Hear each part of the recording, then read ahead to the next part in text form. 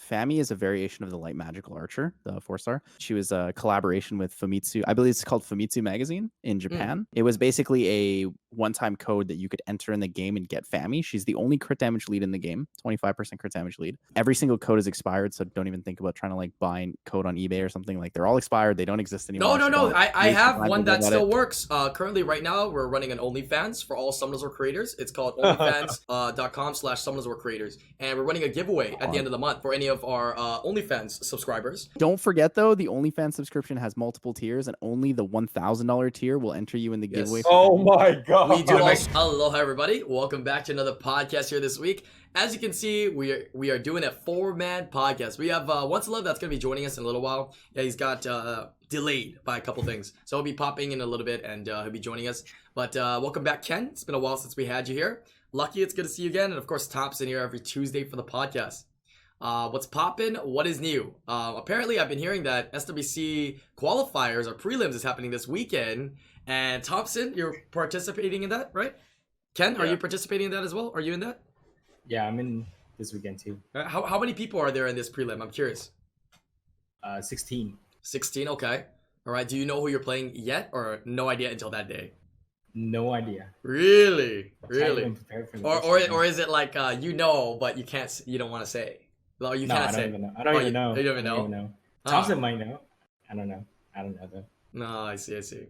How do you guys feel? How double standard would that be if I know but you won't know? You don't know. I don't know.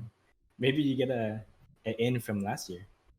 Yeah, no, they didn't give me an in. They don't even. I even asked them, can I not play RTA these 2 seasons? And they're like, no, you have to play RTA these 2 seasons. You and Tree does not get it in. I mean, you're the CEO. You have to participate, right? Exactly, dude.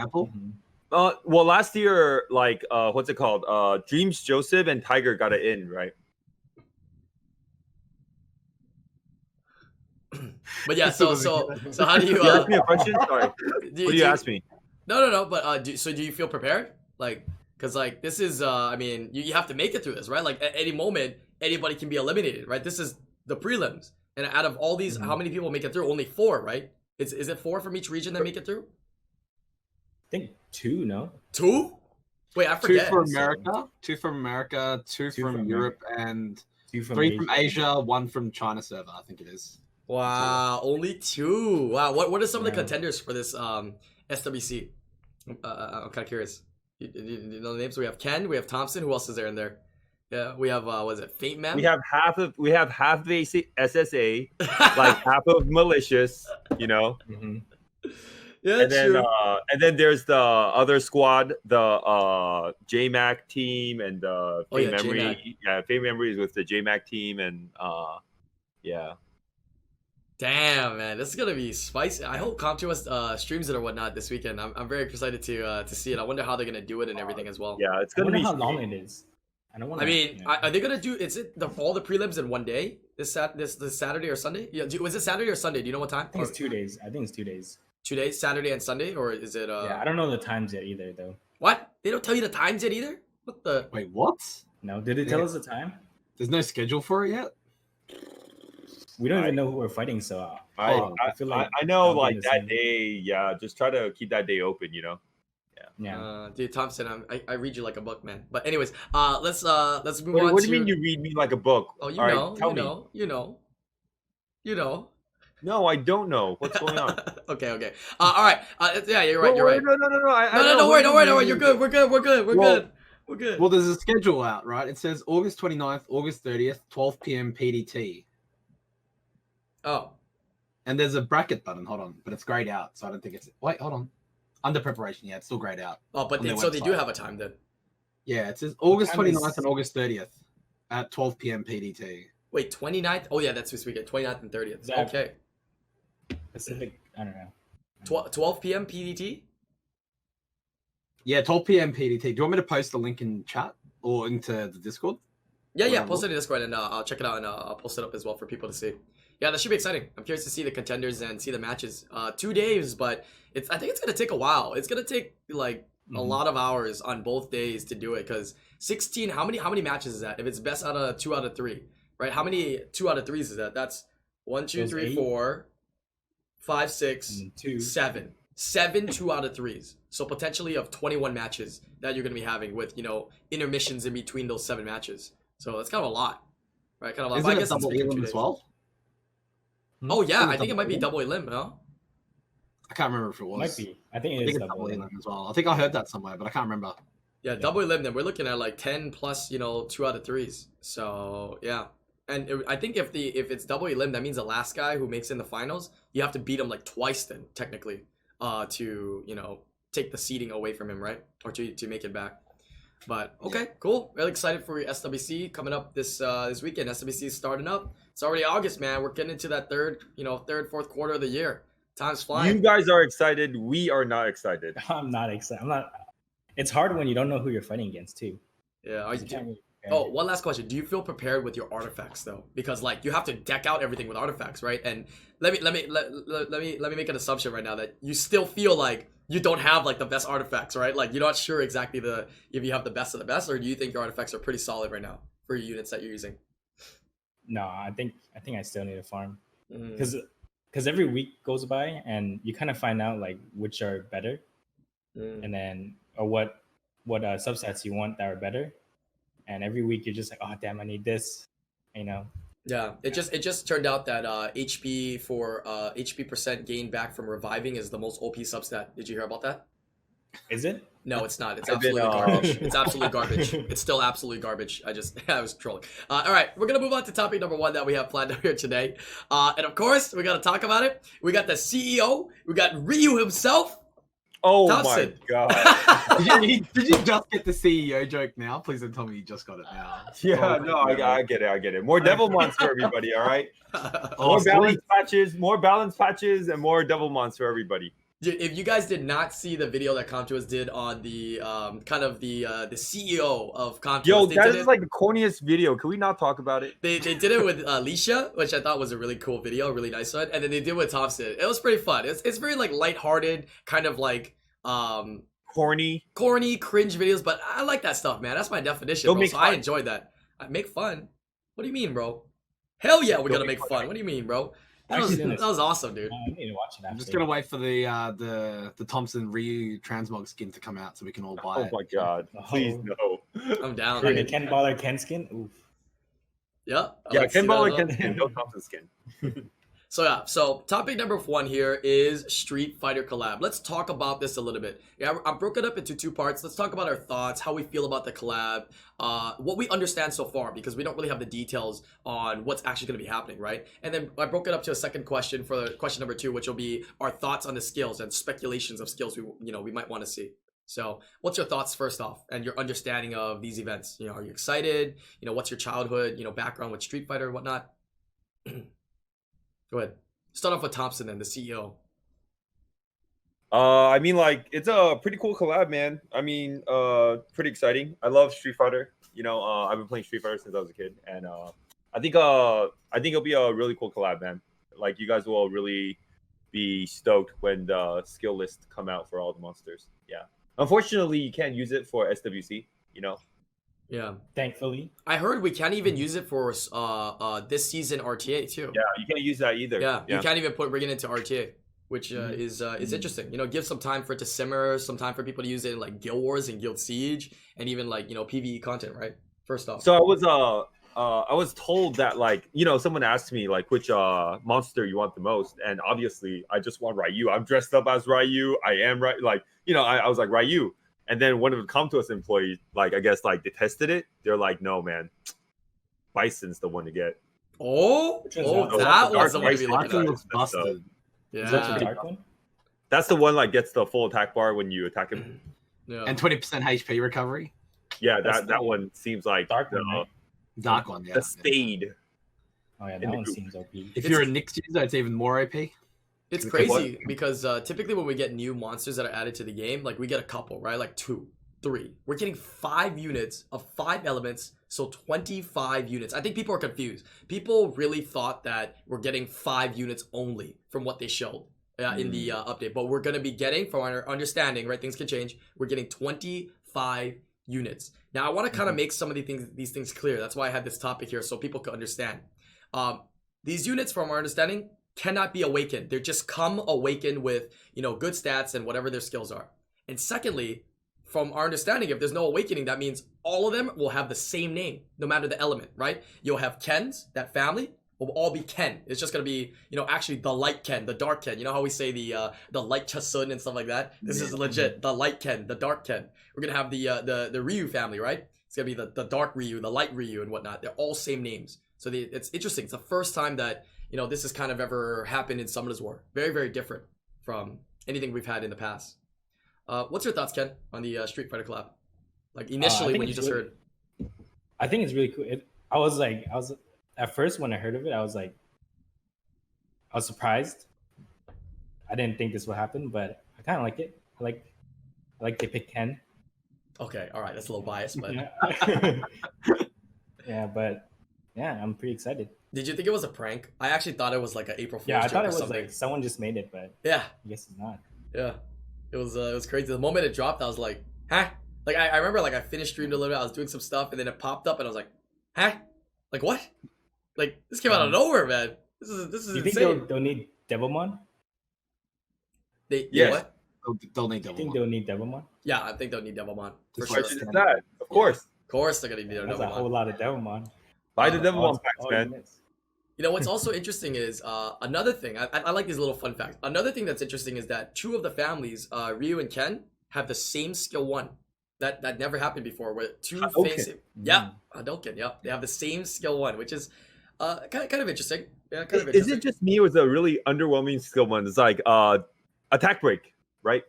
Yeah. 50% I chance. didn't read the It's skills. a Hathor skill one. It might not be underwhelming. What's Hathor's chance for landing attack break though? Is it 50% as well? No, it's pretty high, isn't it? It's like 75. Isn't it higher? Yeah, but yeah, Hadouken's only 50%. So But double hit though. So. Oh, is it one hit or Wait, double hit? I think it's one hit. It's I a think it's 2-turn one attack break. Is it one hit? I thought it's double hit. Hadouken wouldn't make sense if it's 2 hits. Yeah, I think Unless it's it's one an hit. EX Hadouken, you know, then it's 3 hits. Oh, too nerdy? All right, never mind. 80% skilled for Hathor is what people said. 80% skilled for what they said. Any other thoughts? Lucky, what's your thoughts on the collab so far and your understanding of it, just to kind of clear up things for people as well?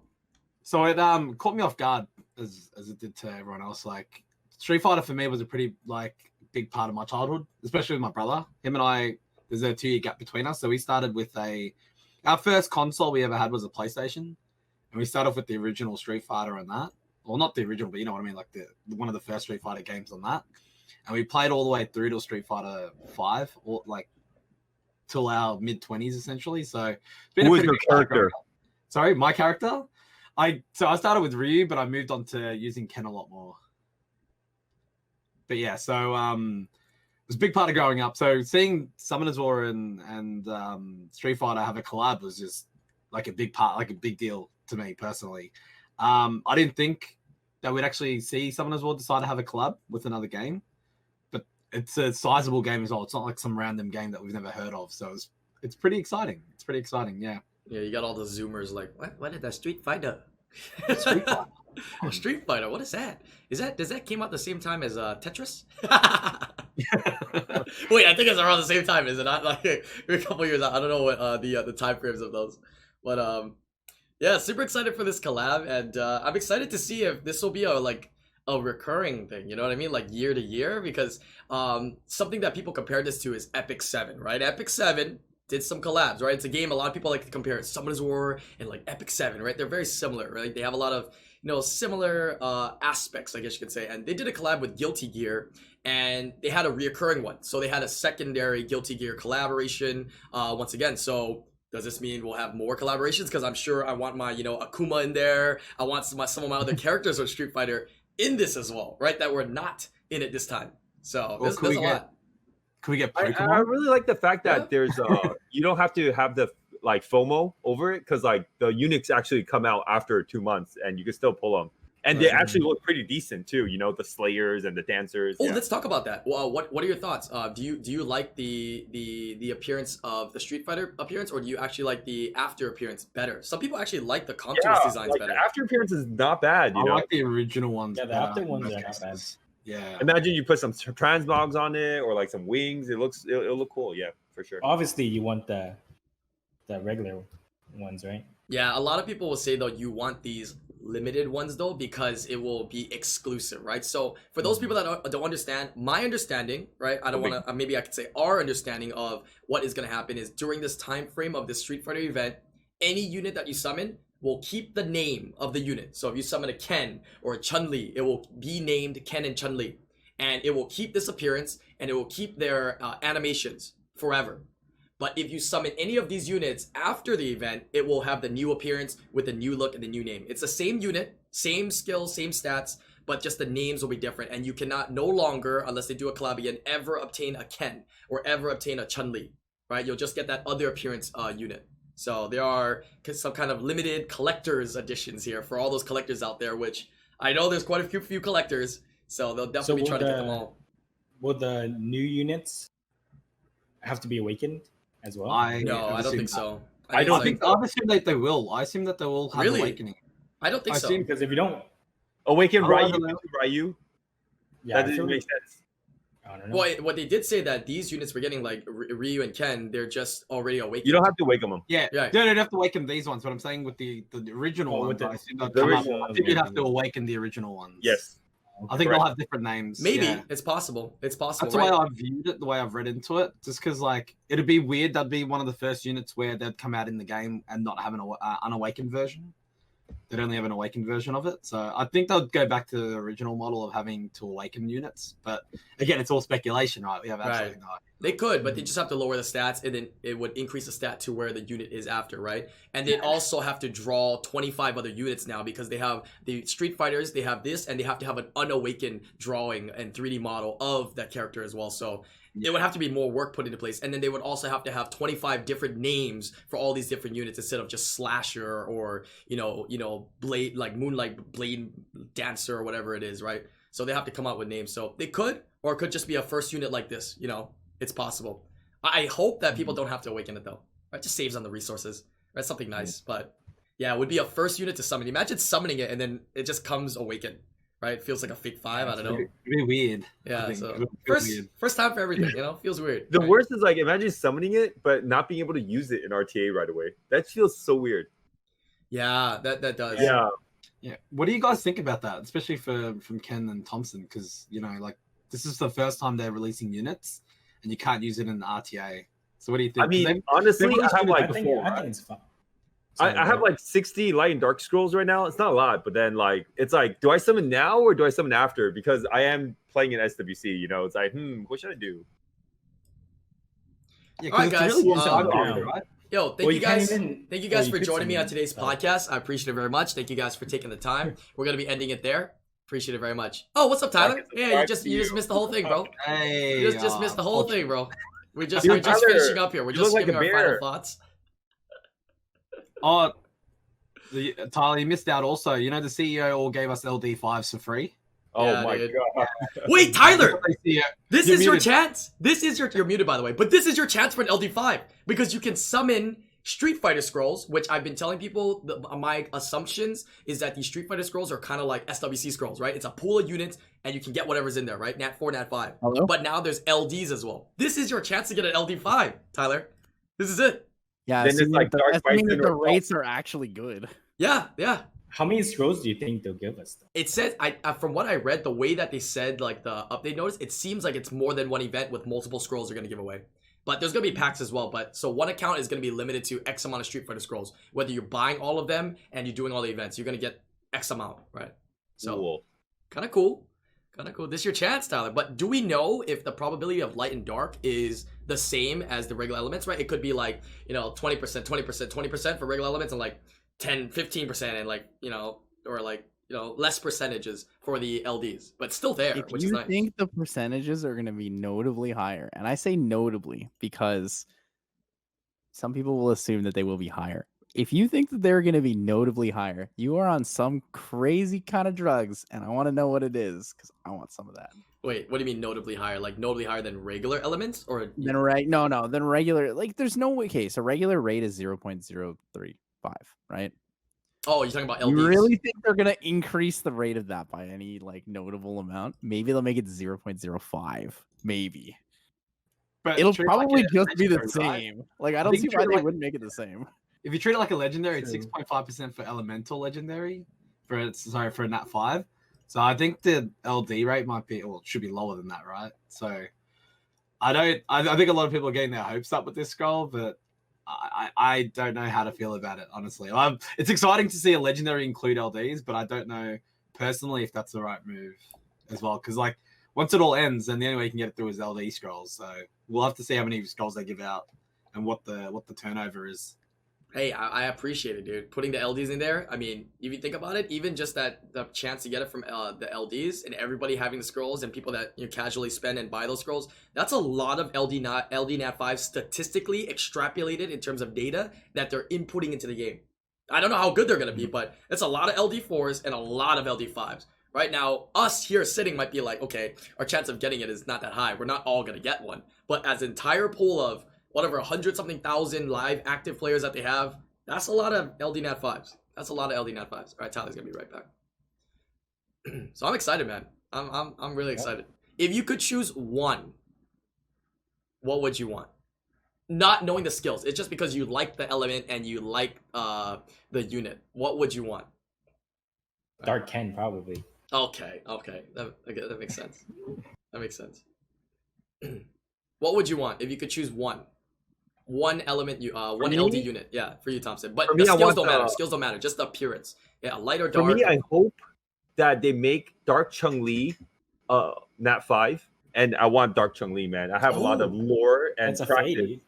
I remember in Marvel vs. Capcom, there was like infinite combo for Dark Chun-Li. You just kick them up in the air, and then you like tap the air combo over and over and over, and then you just loop the screen. Yeah. And like I'd be practicing like that combo for days. So I want the Dark Chun-Li, man. Yeah. Dang, dude. Actually, that's true. The 4 stars could be 5s. That's true. It could be. Yeah. Also, you can think of it like Dawsum is a 4-star, right? But maybe because the fire one is the most well known, they make it a Nat 5, right? It's possible. It's possible. We don't know. We don't know. Any of those could be 5s. Yeah. True. And the 5 stars could be 4 stars too. Okay, no, that doesn't happen. Sure. But okay, It could be. I mean, technically, yeah. Technically, they could have shown it, but it feels like Ryu, Ken, and Bison. They're like big characters, mainstream characters. So hard to see them as 4 stars. I don't know. That's how I feel. But what about you, Lucky? But the Come To Us employee did tell me Dark Bison is the best one, so I want Dark Bison. The one that they showed, yeah. The one they showed, it's pretty. Yeah, it looks nice. I'd probably go either light or dark Ryu. I think I'd go light Ryu just for the nostalgic feel. Hopefully the light one's got the original skin, but we'll have to wait and see. Okay. How about you, Tyler? If you could choose one, I mean, this question is the big one for you. Appearance and element wise. So assuming, okay, this is under the assumption, and also I think I fixed my mic settings. Perfect. I finally figured out what it is. Assuming that we can transmog the Street Fighter version into the non-Street Fighter version, I think I either want light Chun-Li or I want light Ken, because I think that the non-Street Fighter version of Ken is really cool and the non-Street Fighter version of Chun-Li is really cool. Let's talk about that for a second. You think they're gonna let us untransmog it after the event? So if you summon the limited one, you'll have an option to go back and forth between them? Yes. That is a cat. Okay. Huh. That'd be cool. Interesting. That would be cool. I feel like that's too generous. I Right? wouldn't change it back though. I wouldn't change it back though. I don't know if you could though, because I think they're treating it as separate monsters, right? Well, so the monsters have the exact same kit, exact same stats. They have the exact same everything except for animations and the look, which is basically just a transmog. So I don't see why they wouldn't do that. It's possible. It's possible. A lot of these things we have to kind of speculate because it seems this is their first collab, and a lot of things that they're telling us that they're doing is first time stuff, right? So anything can happen. Now, let me ask you this. If they do that, go ahead. No, I would say if they do that, they'll probably sell the trans after. They can't because the reason why is because they're using an IP. It's like limited contracts and how long you can use it. That's why they're not allowing the skins anymore. Once you obtain it, you can't get Ken and Ryu again until they do another collaboration. So on that note, I do want to see like, I know a lot of people wanted like Akuma, and I do want to see like Dark Ryu do something like really cool, like turn the screen like black and white, turn his back around, and the word 10 comes out. Oh man, that'll be game over. I would want a Dark Ryu so bad. There's a lore behind the Dark Ryu, how he was trying to suppress his like Hadouken powers, like his Hado, and then like he was never able to beat Sagat, right? Sagat. And then like one day he was able to beat Sagat because he let out his evil powers and he turned into Dark Ryu. So just a little bit of story. I'm a huge like Street Fighter nerd, so yeah. Oh my god, dude! As you were saying that, I got chicken skin, bro. Like this nostalgic shit, man. Dude, imagine like Dark Ryu. It's like nostalgic shit, man. It's so over if Dark Ryu Oh in game, like his third skill is Raging Demon. Oh, game over. That's it. Oh Like my God, I'm gonna like take my money. Come to us, Raging Demon. It is. Thompson, if you can pick any Street Fighter character and put it in the game, who would it be? Naruto. I'm sorry. Akuma. I mean, like, dude, I have to be myself, man. Ryu's the one, man. Yeah. But I mean, if you could add anything that's not already being added, who would it be? Which like Justin Street Fighter? Just in Street Fighter. Justin Street Fighter. There's a lot of cool ones. I don't know. I like Akuma. Akuma's cool. Akuma's cool, baby. How about you? How about you? Respectable pick. Cammy. Easy for me. Easy. Cammy? Yeah, Cammy. easy. Dude, like Cammy is not even wearing pants, man. Do you think it's even legal for Who her? cares? Like, Cammy's a They cool just character. slap pants is on it even it. legal for them to use Cammy? She doesn't even wear pants. I don't know. Give her pants. Then that's not even right, man. At least like Chun-Li has like a little string coming down, right? Cammy doesn't even wear pants. True. Have you ever seen a picture of Cammy? Well, she wears like, yeah. Yeah, Like look she's wearing at something. the picture of Cammy, man. I don't even think it's appropriate for summoners work. All right, I want to ask Tyler a question here. So, Tyler, for those of you guys, for people that watch the podcast that have played Epic 7 as well and kind of know Epic 7, Tyler, so Epic 7 has done collabs with Guilty Gear, and they've released units into the game like Dizzy and characters like that, right? What do you think of the way Comtuous approached this, allowing players to still be able to get these units and not lose out on like, because in Epic 7 Dizzy was, you know, allowed as a limited character for a collab, and it turns out she helped a lot during that time frame, and it was unobtainable anymore for newer players, right? But the way Comtuous approached this, I guess, IP and contract thing, and, you know, really allowing players to, you know, actually they put in the units in the game so players can still get it. What do you think about that? Is that a smart move, or is it, what are your thoughts on it, since you play Epic 7 as well? So a lot of people that know me well know that I actually hate collaborations because collaborations are usually time limited, and it ends up causing a strain between the free-to-play player base and then people who start the game later and all that stuff. So like from my perspective, this is probably the only way that I would be happy with a collaboration in Summoner's War. I've always loved that Summoner's War has never made things limited. They've never done banner runs and stuff like that. So like overall, the game has felt very, you can start at any time. You don't have to feel super like left out. I mean, obviously if you miss a really good event, you miss a really good event, but it's not the same as like missing a unit that will not come back or has no guarantee to come back, right? Yeah. So the implementation of like their own unique versions of the units, I think is amazing. I'm okay with like not being able to get FAMI and stuff like that because it's such a small thing and it's not super significant.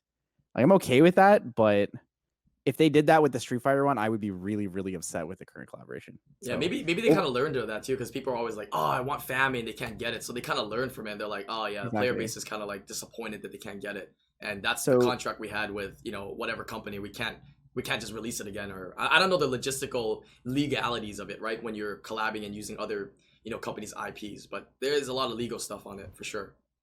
Yeah, so for those of you who are unfamiliar with what FAMI is a variation of the Light Magical Archer, the 4-star.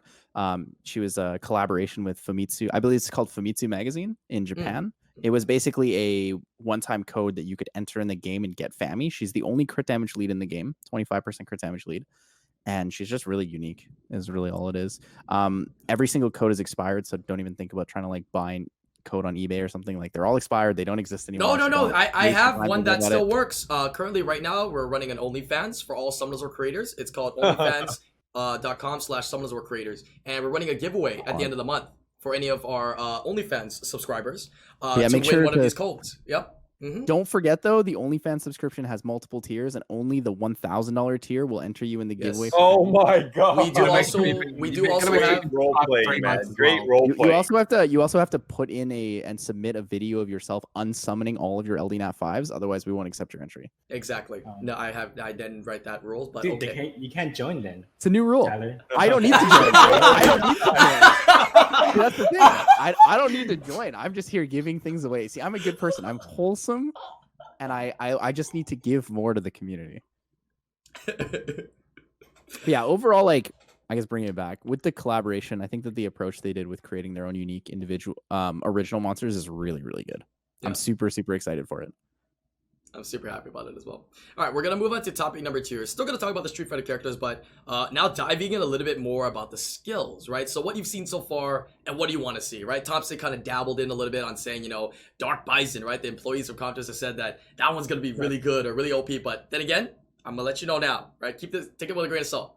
I've heard a lot of Comptos employees say certain units, I'm not going to name who and what units, you were very good, and it's kind of like a, ha. And I've heard some of the Comptos employees say other units are very, very good. So, you know, take it with a grain of salt what to believe in. Right? But he does sound very good. Referring to a certain Mystic Witch? No. Anyways, no, but there's more instances than just that. But yeah.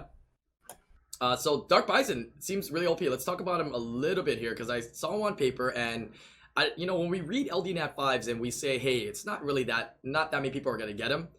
I think a lot of people are getting Dark Bison, dude. Like with Street Fighter scrolls and the free scrolls and like people buying Street Fighter packs, there gonna be some Dark Bisons out there, man. How OP is it?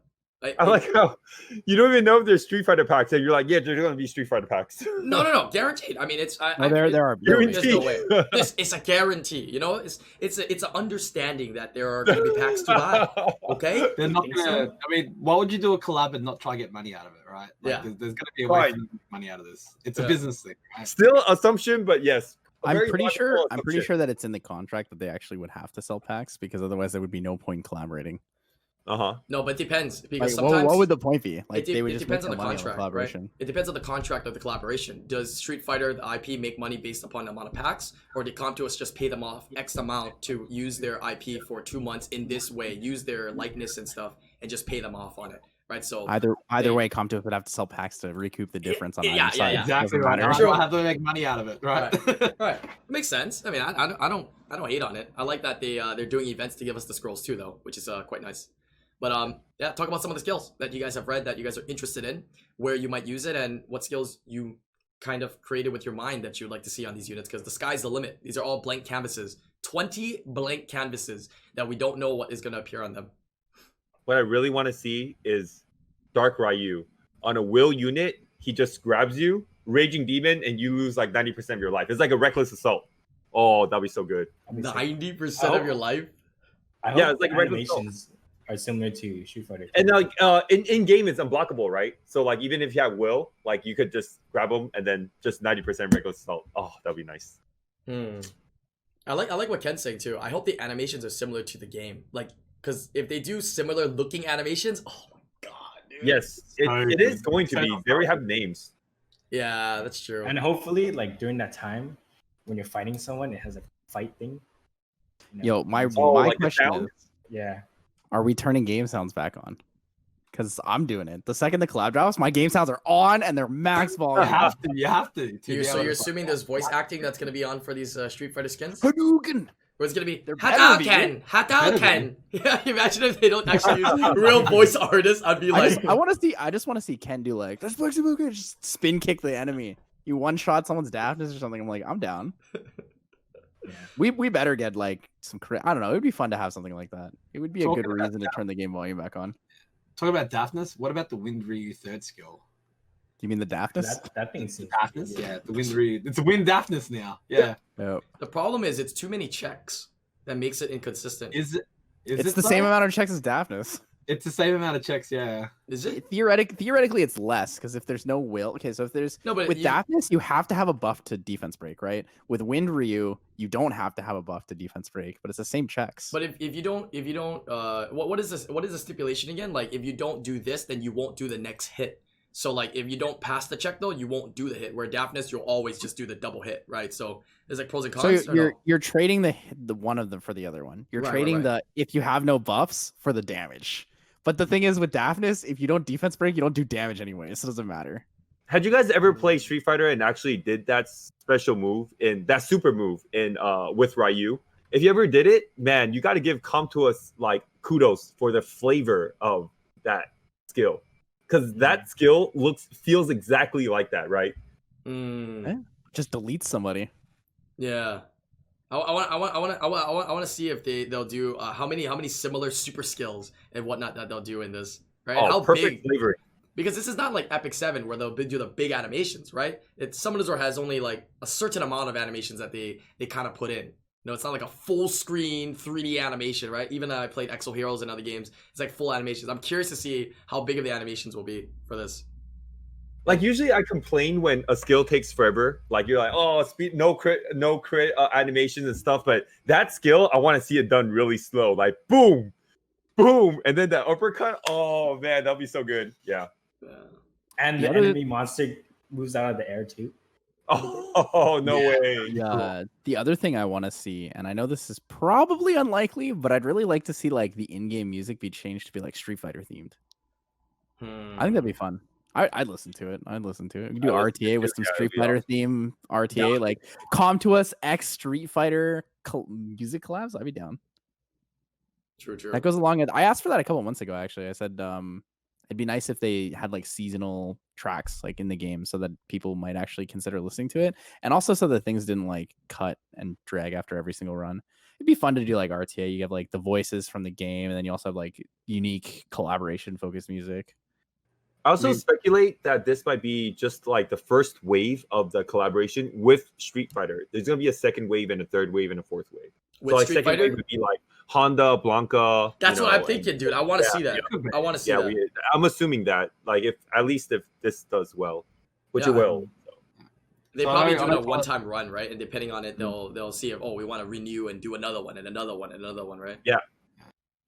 So I know Tyler brought it up earlier, but imagine like Guild Wars. So we already spoke about sounds, but imagine like Guild Wars saying round 1 fight and then round 2 fight. Oh, seems like man. Round 1 fight.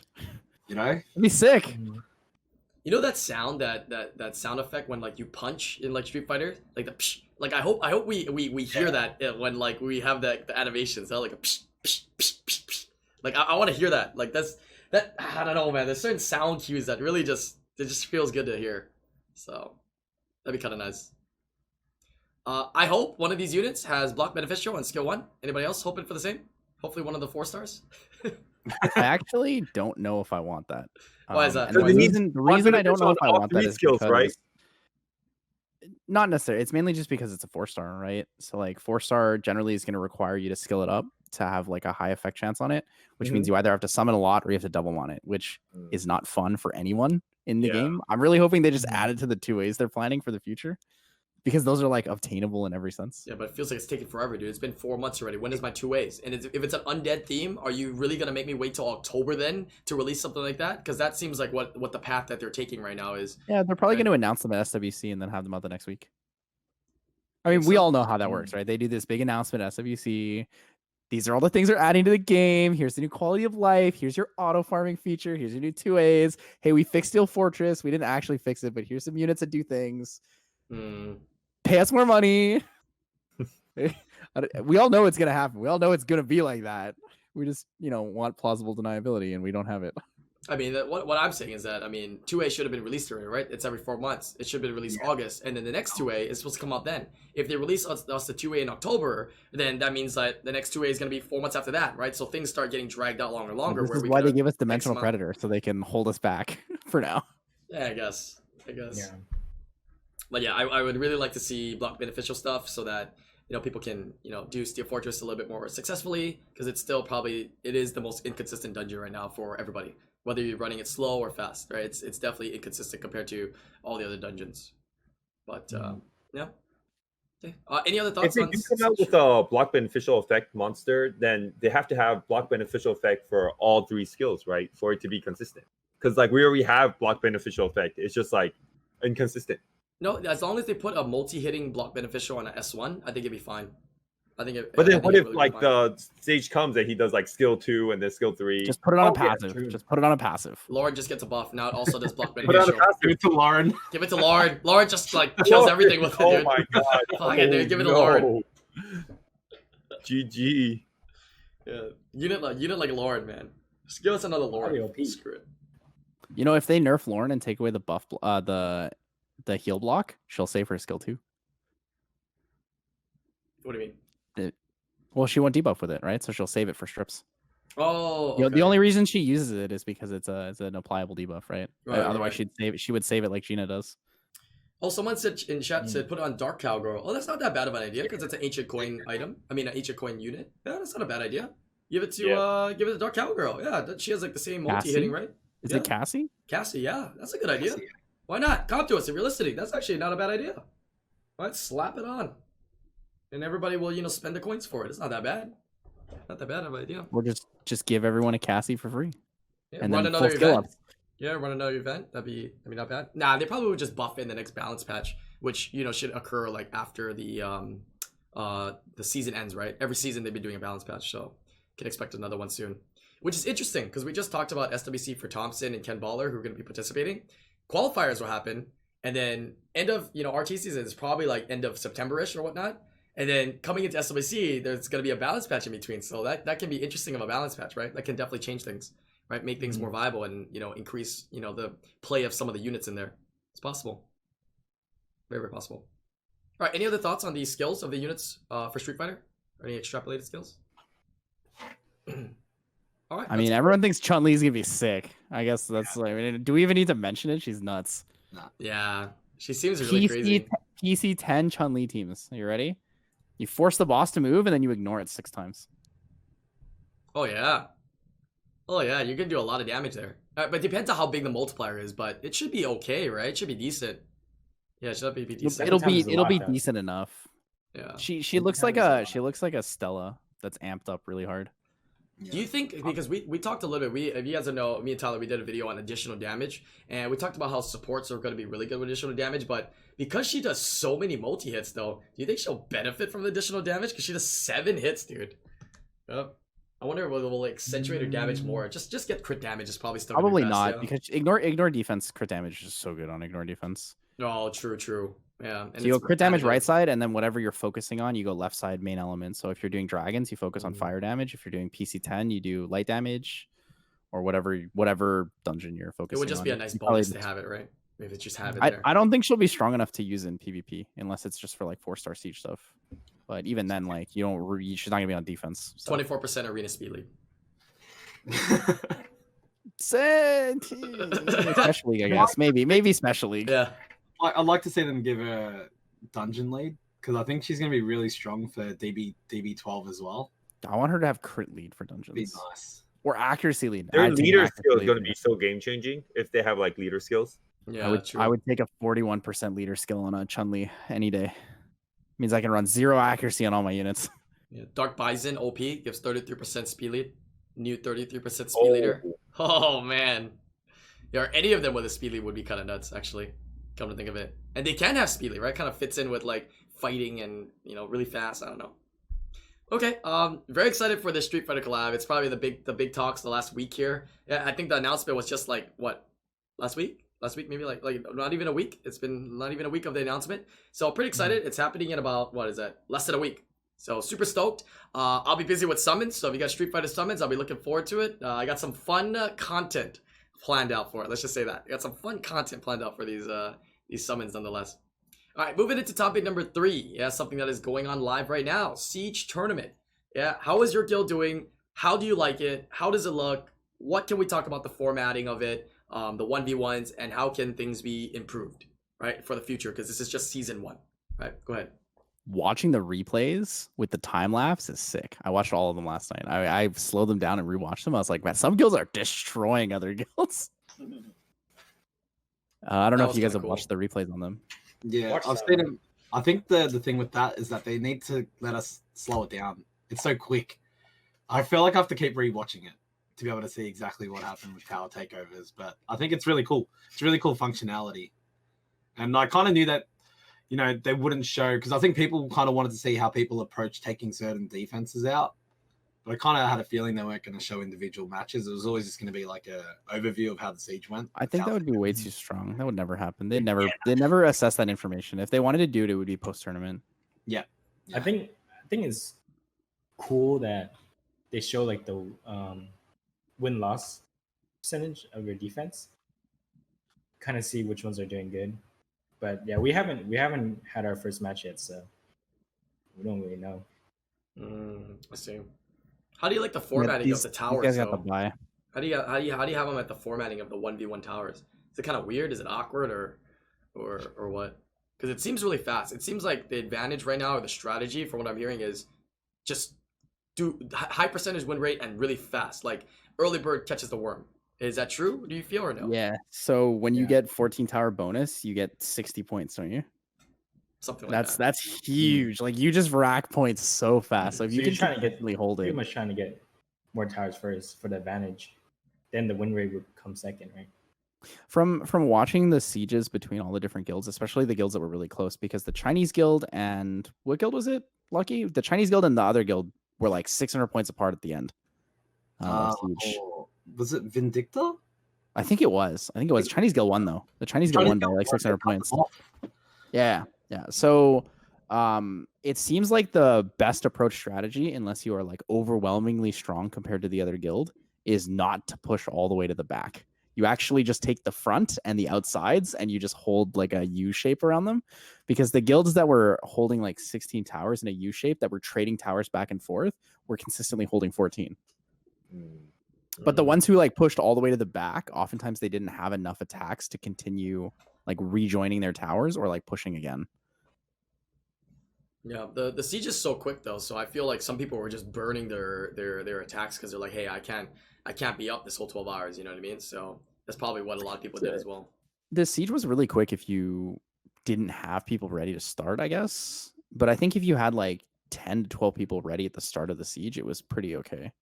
Because so when you watch the attacks and you kind of assume the time zones of different guilds and stuff, the guilds that attacked early, where both the guilds attacked early, they were pretty even until like probably like 6 hours in, where a lot of people just ran out of attacks. Like they just couldn't beat certain defenses anymore. Like this, the 7th round of Kamoon Vigor Skogul is just like, I can't beat this defense anymore.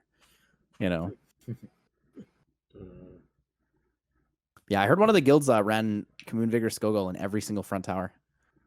Yeah, it's a good defense. It's a very good defense. Is all the front ones 4 stars? No, you can run anything anywhere, can you? No, you could. There's 4-star towers. There's 2 in the front line, 1 in the back line. But they just ran it on all of them because they don't care. Yeah, I mean it's a good defense all around, right? At the moment, it's good against everything. Yeah, it gets tougher after a while because it's so tanky and there's sustain and there's damage too. So it's a nice mix. It's the new what is it? It's the 4-star version of the Perna Elad Molong of was that 2017? You know what I mean? Where that was just constantly the best defense in Guild Wars for quite a long time. Just hard to deal with. Very nice mix of everything that you want on one defense. So one thing, sorry, I just want to quickly cover off one thing that. So when we'll talk about that Vindicta Siege, the one thing that guild did really well, the Chinese guild that won, was that they waited for the right time to cut Vindicta's points. So I don't know if you guys saw, but they essentially took the first 3 towers of Vindicta when they ran out of attacks. So they couldn't get any more points at all throughout the rest of the siege. Because once you go below 15 attacks left, you can take all 3 of their front towers if you've tagged them up, and they will never, there should be a way where they won't be able to break through again, as long as you time those attacks well enough. So once you get them low enough out of attacks, you can place your best 3 towers worth of defenses there and see if they break through. If they don't break through, it's game over. You'll still gain your passive points, and hopefully you catch up that way as well. Yeah. It's a little bit of mind games as well, right? Because you don't technically know how many attacks you can do. You can do some math and kind of calculate, I guess, to kind of know. But it's a lot of mind games. So I like to see the strategy. I mean, especially with these 1v1s, it's different. It's the first time people are doing it. So the true and best strategy has not been figured out yet, right? It's only season 1. And things can change. Like we've discussed many things in the past about making new rules for the towers, right? Maybe these new rules will start getting implemented for just the tournaments. right? For some of these players coming up next season, right? Maybe it'll get implemented into regular Siege. But yeah, I hope they do some more stuff with it though. Go ahead, Tyler. So I had a thought against what Lucky just said yesterday, and a lot of people said it's like it promotes too much like offensive nature and like playing really fast. But I thought that it made sense for the tournament because the tournaments are designed to be 12-hour sieges, which can end early.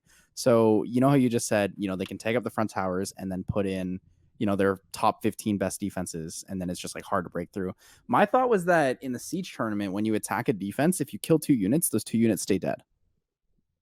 Similar to how like you on when you're doing Guild Wars attacks, right? If you lose a unit, you can't use it anymore. If you attack that defense and you kill the Commune and the Vigor, the Skogul lives and 1v3s you, then the next person who goes in only has to fight the Skogul. To promote people like fighting faster and fighting more aggressively. I think it would be a nice take because it would influence the way people approach things, because you could very well pick teams that kill 2 units and then lose, and then you kill the other unit with a different setup.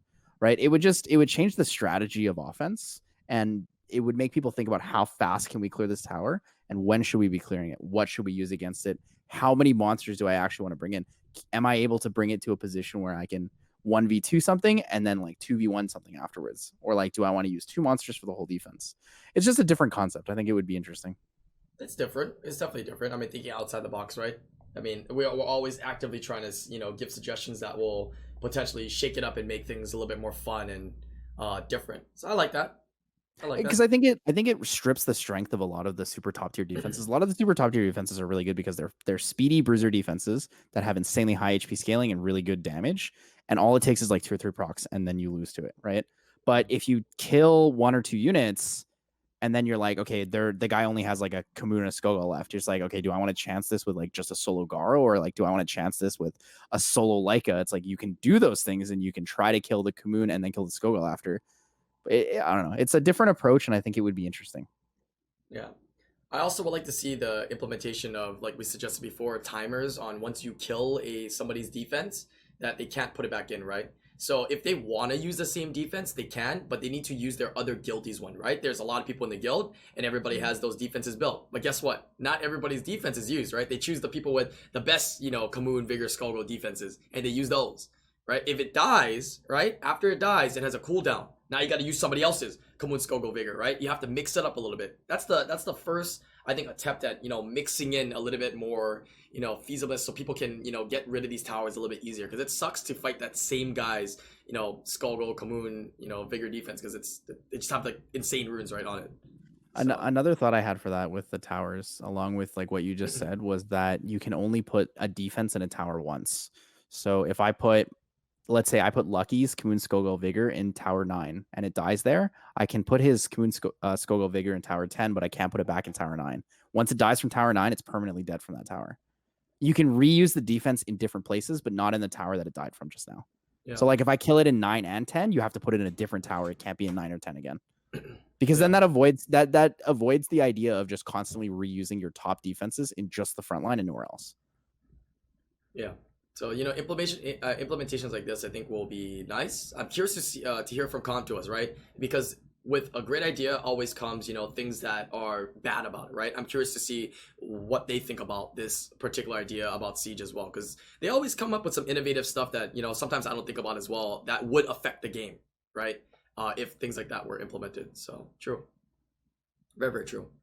But Siege Season 1 seems like it's happening right now, and we'll see, you know, what happens, and we'll see as the continuing seasons come into play. I'm excited for the entrance auras though, and it's nice to see that if you hit a certain rank, you're able to buy those auras from the guild shop. A little bit expensive though, but they're there, right? They're definitely there, and it doesn't take that long. Like 1 week, less than a week of like guild stuff and siege stuff, and you should be able to actually obtain an aura. So I think that's pretty quick. You can get quite a few auras actually for your characters. How many of you guys are saving up for those, or you guys don't really care? Just buying scrolls, huh? Yeah. Same. Yeah. Doesn't really impact me. Same. I'd rather have the scrolls. Yeah. What's your overall thoughts on the Siege, Thompson? I know you're not doing a whole lot, but are you liking it a little bit more? Because I know you're not a big Siege player, right? You're more RTA and whatnot. Does it seem any more fun, or you don't really care too much? Like, honest opinion. No, yeah, it's kind of cool. If it didn't happen at this time, I would be so much more into it. But it's so like everything's so cluttered. I think Ken kind of understands what I'm talking about, right? True, I forgot about that. SWC, right? So that's true. That's true. You don't really care about it because SWC is definitely more important, bigger priority right now. Afterwards, you know, if it was like a little bit more spread apart, it would be awesome. It's hard right now because the artifacts used for Siege is different from what you use in RTA. Oh, completely, yes. Yeah, and you only get 300 slots, so. Yesterday, David was ruining for my Siege stuff, and he's like trying to find like, decrease damage of fire and wind, and fire and wind. I have like nothing like that, you know. Mm-hmm. Yeah. You know, it'd be cool with this idea of the siege seasons in the future once, you know, COVID kind of goes away and you know how they do those like guild battles at live events. We could potentially see siege 1v1s with like maybe representatives from different guilds and then they're in like a voice call and then we can like have, you know, they could actually do like a siege thing against each other, right? Definitely more shortened though, but pardon me. But it would be cool to see them kind of duke it out. It could be something that's there, or maybe during the event, it's something that's live, that's happening from the extent of the entire event, right? In the background. We start off, we show it, and then the siege is going on in the background as SWC is happening, you know? Could be an idea in the future that they do. Yeah, since it's 1v1, right? Okay. Cool. Let's move into topic number 4. This is a topic we actually haven't done in a while, which is one of our, you know, most standard topics, but buffs and nerfs. What needs buffs? What needs nerfs? Especially you guys, SWC.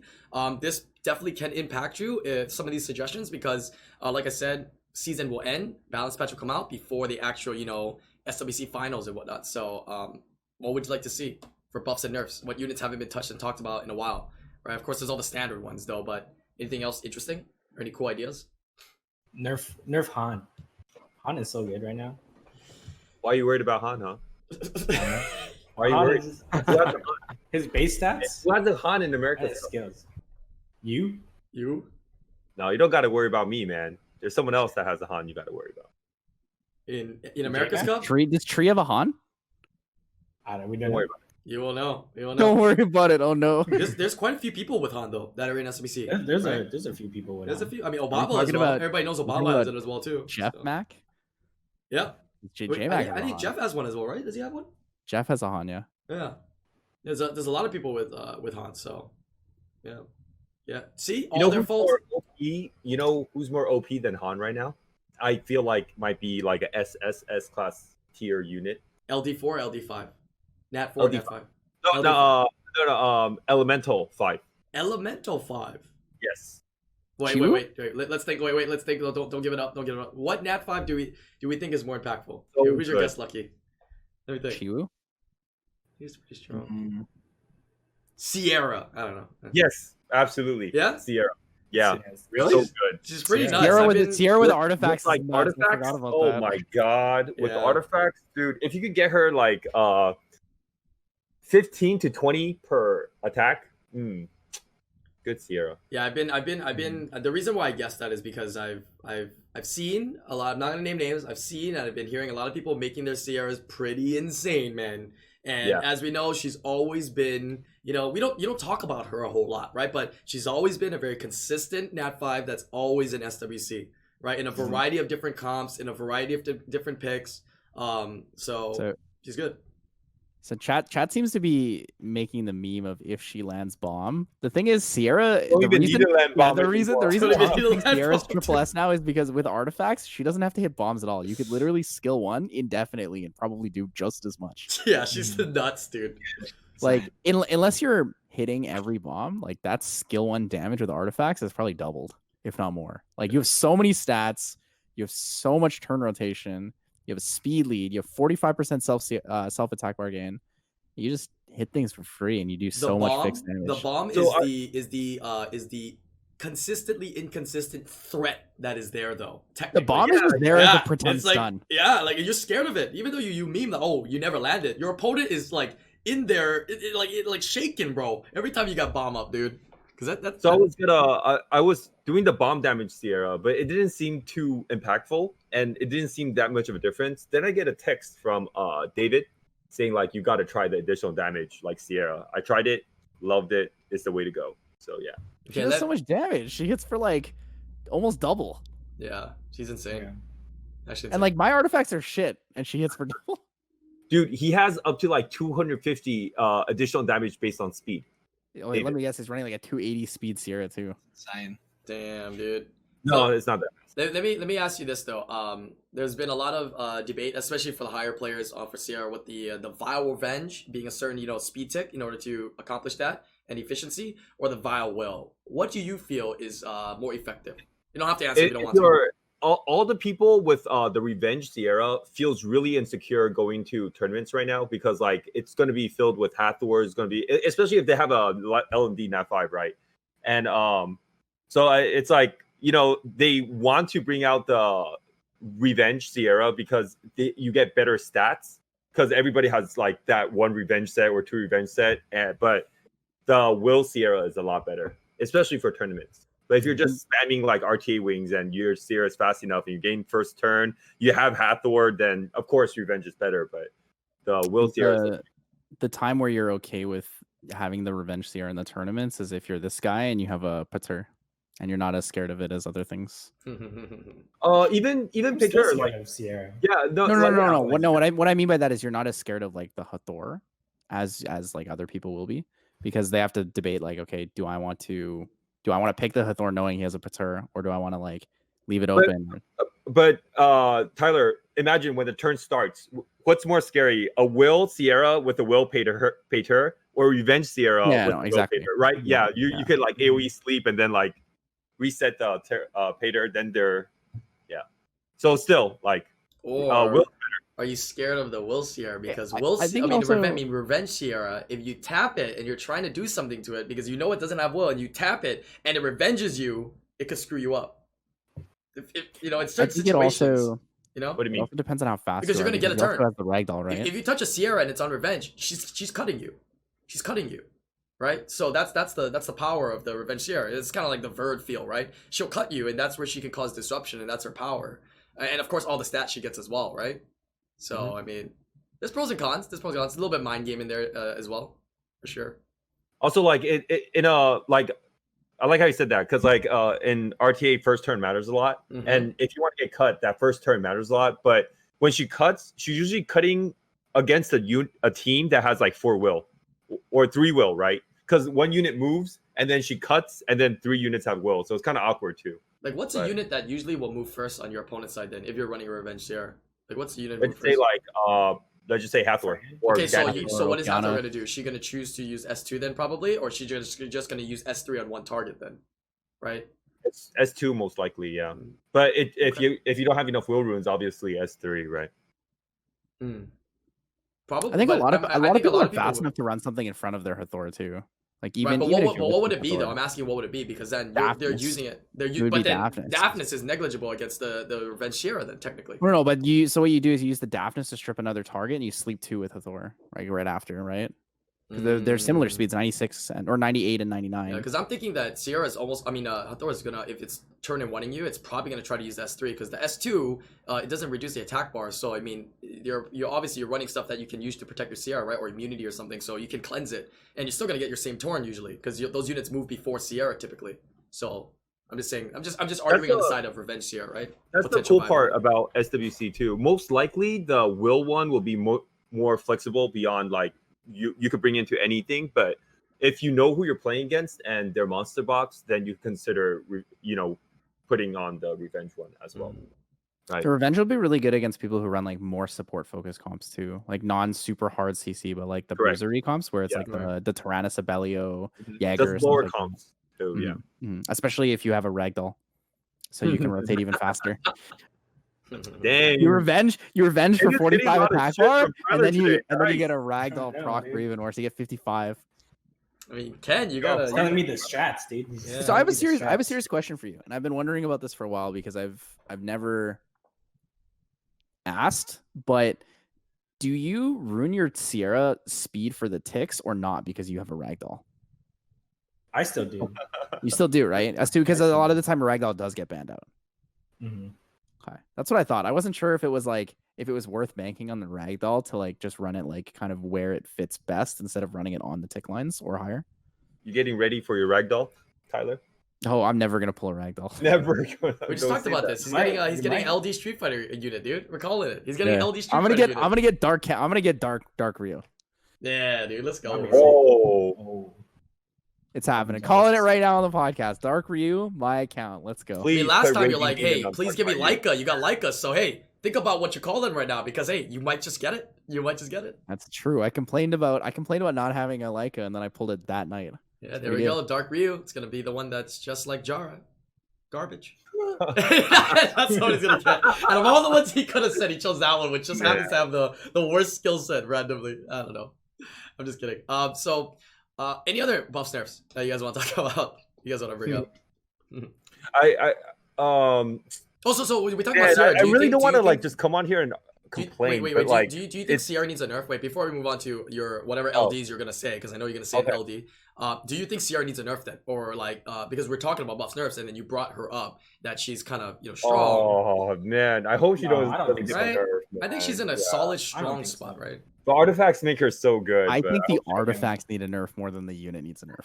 Yeah. The additional I think that's what it damage is. based on speed. I think additional damage based on It's too high. speed, additional damage based on HP, I think are a little bit too strong, just a tiny bit. I don't think HP is that bad because it does scale lower as the game goes on, right? But Yeah. it only starts to become worse than attack and defense after 30%. I ran the numbers. But with the that, attack and goes with, up significantly too. Yeah, the attack goes up. So like around the 30% range is where it starts to become super significant. And the reason I say that is because the units we're saying, like when you're saying attack goes up, generally, except for Sierra is the exception, most of those units don't have super high attack.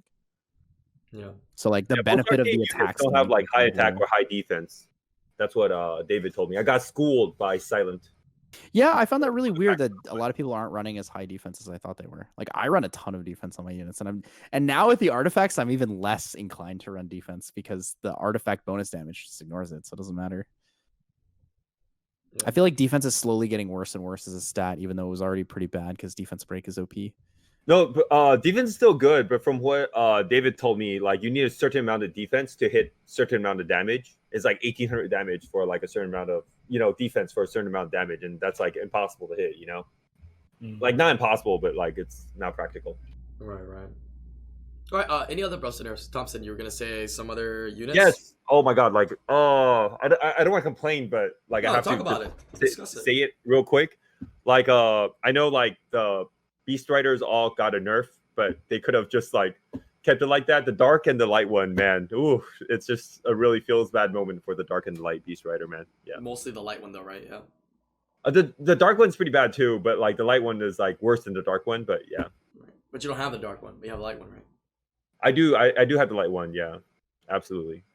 Additional damage based on speed. Hey, Mhm. Rune full tank. It does no 4,000 good. speed. Yeah, I tried it. No good. Yeah. No good. Trust me. Garbage. Yeah. Mm.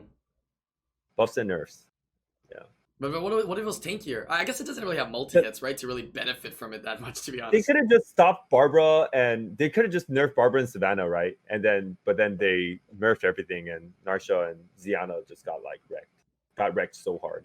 I mean, maybe you'll get a buff though. I mean, it's possible, right? When things are really bad, they'll get buffs. When things aren't used a lot, they get buffs. Because Comptuous runs the statistics. They like the numbers of how many people use this where. They really like those numbers. Don't use So- Narsha at all, Thompson. Yeah. That's Stop why I using want it. to bring it up, man. Just That's why I put her want in to bring it up. storage. I mean, to be fair, No, too late, man. I have some good runes on Narsha, bro. Narsha is on my old Aegir runes. I'll just tell everybody. Oh, that. that's Whoa, pretty good. that's really You should have. fast. That's really Holy. fast. Yeah. You should use her in SWC so they know Against how you? bad she is. Oh, okay. No, you're gonna use her in SWC and they're gonna be like, oh look, see, he used it. It must not be that bad. You're That's gonna not set gonna up happen. attack buff, defense break, and you're gonna skill 2 with her, and it's not gonna kill the enemy, and that's when you just quit. It's over. Narsha confirmed bad. So now you guys heard it here first, right? Comptuous bases things on how much you use it. So if you think a unit needs a buff, stop using it. Yeah, and if you want a unit to not get a nerf, right? Keep using it. Oh wait, that doesn't work. Oh, so you shouldn't keep using your ragdolls. Yeah, you should stop using your ragdolls in RTA, definitely.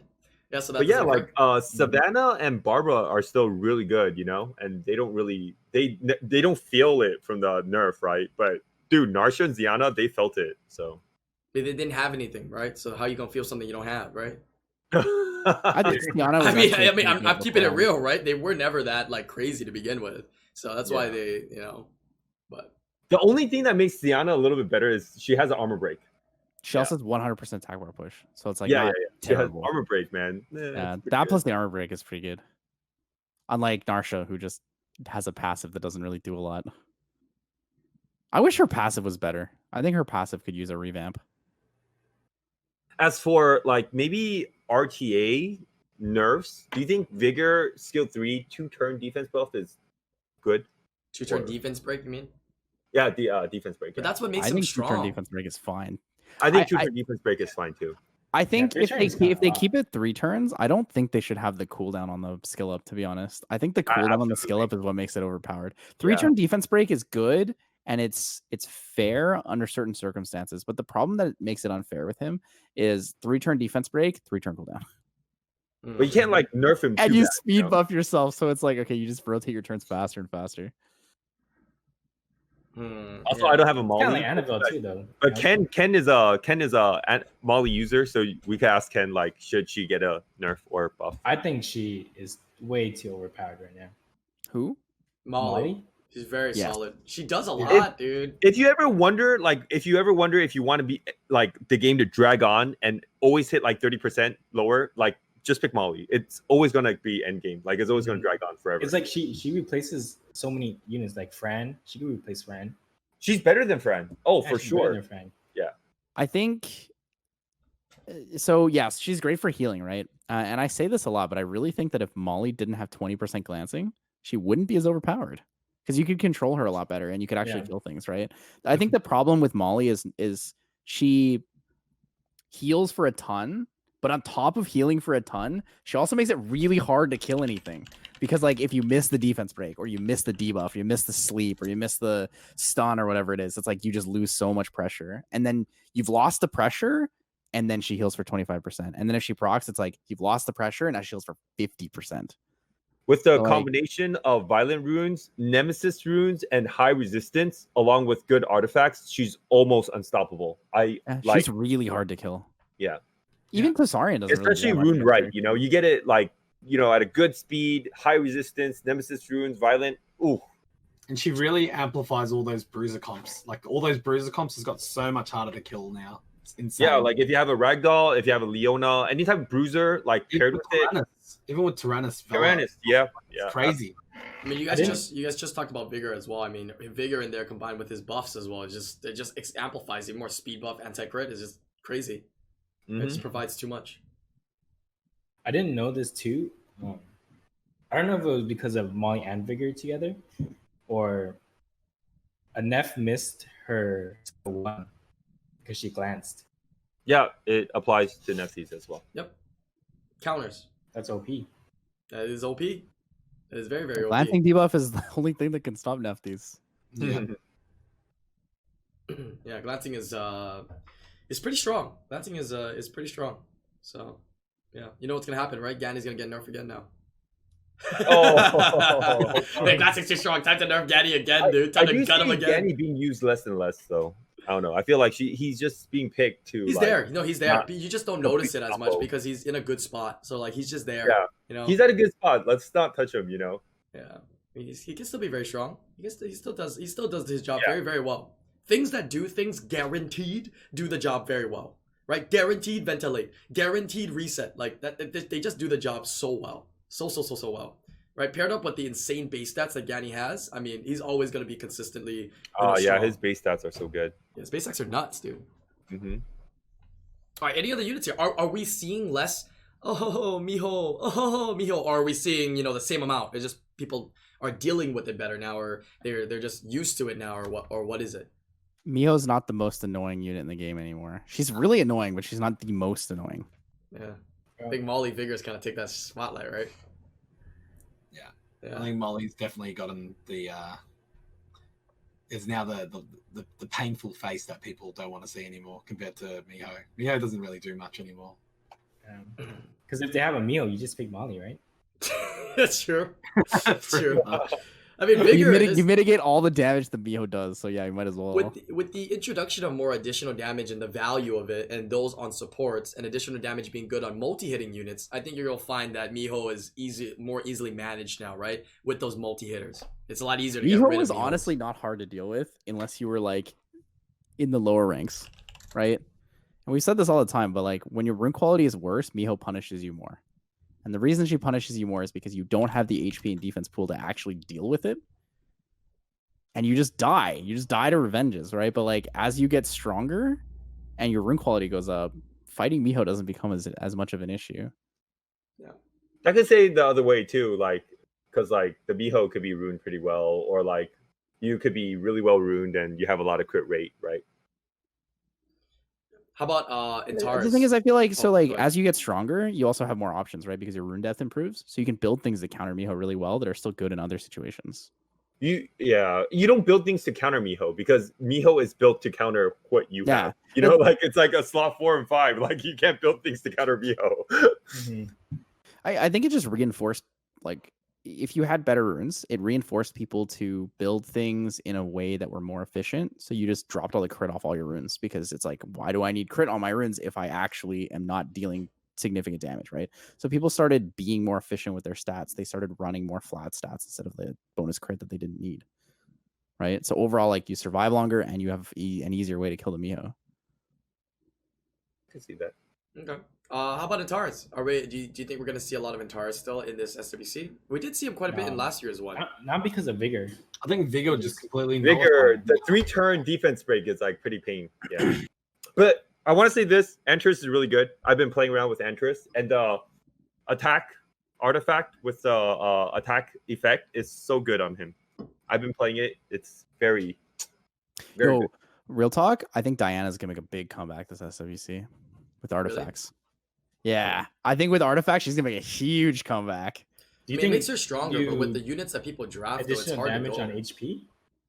So additional damage on HP, or if you go for crit damage build. So if you do additional damage on HP, you go fast with no crit damage. And I think if you go the crit damage focus build, you get bonus crit damage skill 2, and then you get a little bit of additional damage as well. You really think additional damage by HP? I think you get more value from additional damage and attack. You get more from attack because he loses half the HP. I think right? you do both. I think you run both. But she loses half the HP when she changes to the human form. That's the form you're doing the hits, right? So you want attack, not HP, technically. And it does get better over time. Too, right? I think it's, even if you're like 40k HP, I think it still benefits for the first 20% to be more HP than attack. I guess it depends how much attack you have. As IslandGrown is correct. But you're 40k, but when you go to human form, don't you have less health? So it's not 40k. 20k.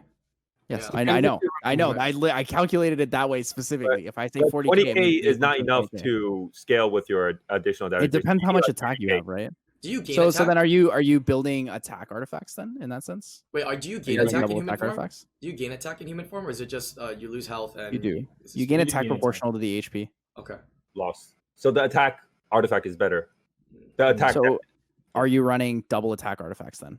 I mean, you could add like a little bit of HP, a little bit of, but mainly you want to do attack, right? And then a little bit flat attack artifacts. Like when you say the crit damage one is the best one on skill 2.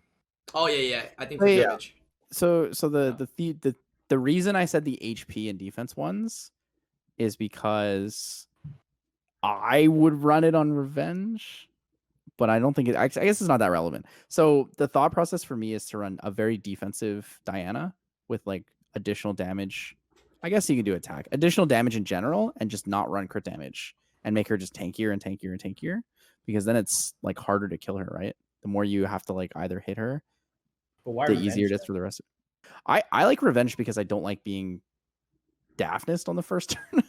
Because I don't pick Triana, but I mean it's irrelevant. For you guys, most of you guys are gonna run Will on it, right? But even if it's on revenge, that's a little greedier, but the Daphnis won't aim at the Diana even if it's on like not on Will, right? It's gonna aim at your Fran or something else. I mostly use Diana against Leo, so revenge for me is really strong. Yeah. Because then it's like, do I target something else or do I just keep hitting the Diana? If I hit the Diana, the revenge stun exists. Yeah. Yeah, pros and cons. But your thing is going to make a comeback in SWC or something? I think fast Diana is going to be a thing in SWC. Okay, but the weird part about fast Diana is like you change form and you're before them. Then if you do skill 2, you're going to get cut. So like, I don't know about. So when I say fast, I mean like 240-ish range, like 230, 240. So like it's slower than the bruisers, I think, but not like the people who run like. Yeah, but that still makes it awkward because what if you have a speed lead and they don't have a speed lead, and then you do the skill 2 and then you're stuck in human form for the first turn, right? I feel like a lot of people have enough control nowadays. Like, sure, right? I mean, like if I look at your drafts or I look at like Fame Memories drafts or look at Ken's drafts, like everyone has so much AoE control in the first turn, or like enough control for like at least 2 units, right? And then you can have like your last unit be the free low damage dealer. For me, that's the Diana in this case, right? I just realized I don't hard know. to draft with so much anti-crit. It's you know? also called Scary. will runes too and immunity, so it's gonna be kind of rough for Tyler. Yeah. I think as a fourth and fifth slot though, you definitely will. I think people have it ruined up for sure. And ready to It'll go. be funny. Like those I say artifacts. this right now, and like by next Tuesday, I'm like, I got wrecked by a Diana. Oh no. I mean, there's so many counters to it though. You know what I mean? Like it doesn't. Yeah. But Tyler's right though. It can be very devastating in the right drafts. Very, very devastating. We're talking like increased amplification of what Diana was felt before. Yeah, with these. I mean, not to artifacts say on the it. least, like maybe like Xingzhe might be a better counter than Antares now, because like it's not Xingzhe. that bad against Vigor, and it's Yeah. not that bad against Diana. Yeah, I like Xingzhe. I was we were talking about it before too when people were running a lot of Aegers. Remember, Aeger Diana was the kind of the meta. We were talking about yeah. Xingzhe because he's pretty strong in this, so we could see him as well, right? That's just another potential counter to Diana. But like, imagine how much Diana hits for now. Like when you hit targets like Fran and stuff, like with the additional damage and the stats you get from it, you're gonna hit like a truck, dude. People's Dianas are gonna be nuts, dude. Fran is also really crazy right now. It's like that skill 1 da da da, and then it hurts. Let me ask you this: there's no reason to ever go like the HP kind of Diana, right? It's always gonna be crit damage, right? Because like you know how we're talking about additional damage and then units like Vigor swap into HP instead of crit damage. So this is what I was saying. I think if someone runs a faster Diana, they could very feasibly run 100 crit with double HP runes, or like it never made HP to sense HP. for me to put Vigor on HP, but Really? like it's been on crit damage his whole life. But I think that's a have you guys tried the HP build and you guys liked it? I have the HP build. Yeah. Okay, and do you like it more than crit damage one, or? I like it more, especially because the damage is not that much of a difference, really. Do you rely on your Vigor to do It does damage? a lot of damage. If but yeah. you have additional damage, though, I Thompson. just have HP with crit rate subs, right? Are you relying on your Vigor to be a damage healer for you, or mainly just a defense breaker? Well, both. With the high HP pluses with crit rate. Additional damage right. helps to make it feel closer. So then to the crit damage you're just too. relying on the additional damage by HP to do damage, assuming you miss defense break. Yeah. That's what it is. I mean, that makes sense. Then that means like your accuracy could be like freaking 50 or 60, right? If you go HP build. And you have like 5,000 or 6,000 more HP. yeah, If you want. Mine is on crit damage. It's like 40,000 HP. yeah. That's Everyone why, everyone has that one beast monk See, set. mine's with, like like 40 HP with 20 something crit 44, for rune. 45.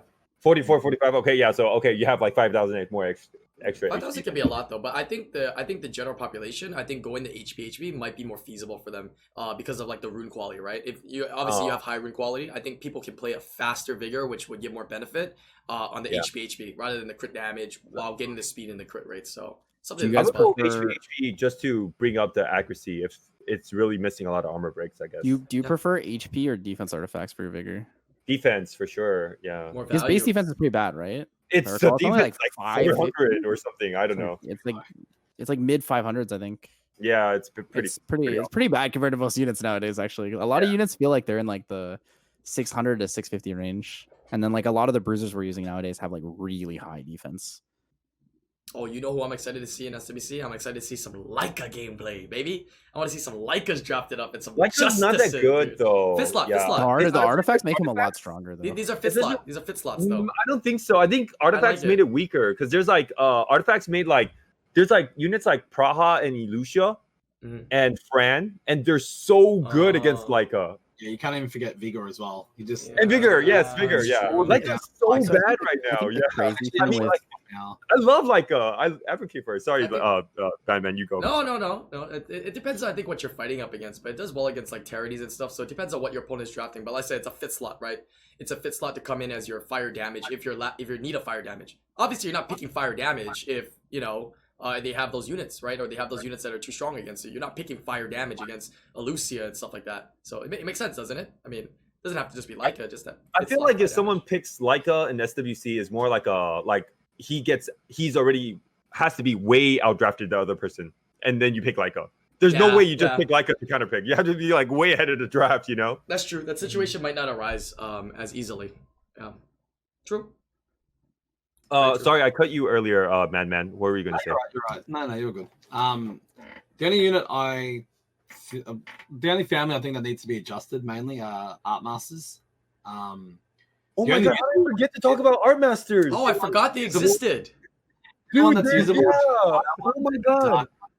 So I faced a dark one in RTA the other day, and that was interesting.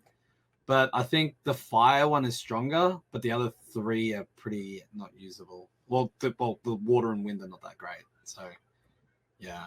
It's because their skill 2 sucks. Yeah, pretty much. Dude, the water one will never be used. The water one Right, is yeah. so bad. I ruined them up.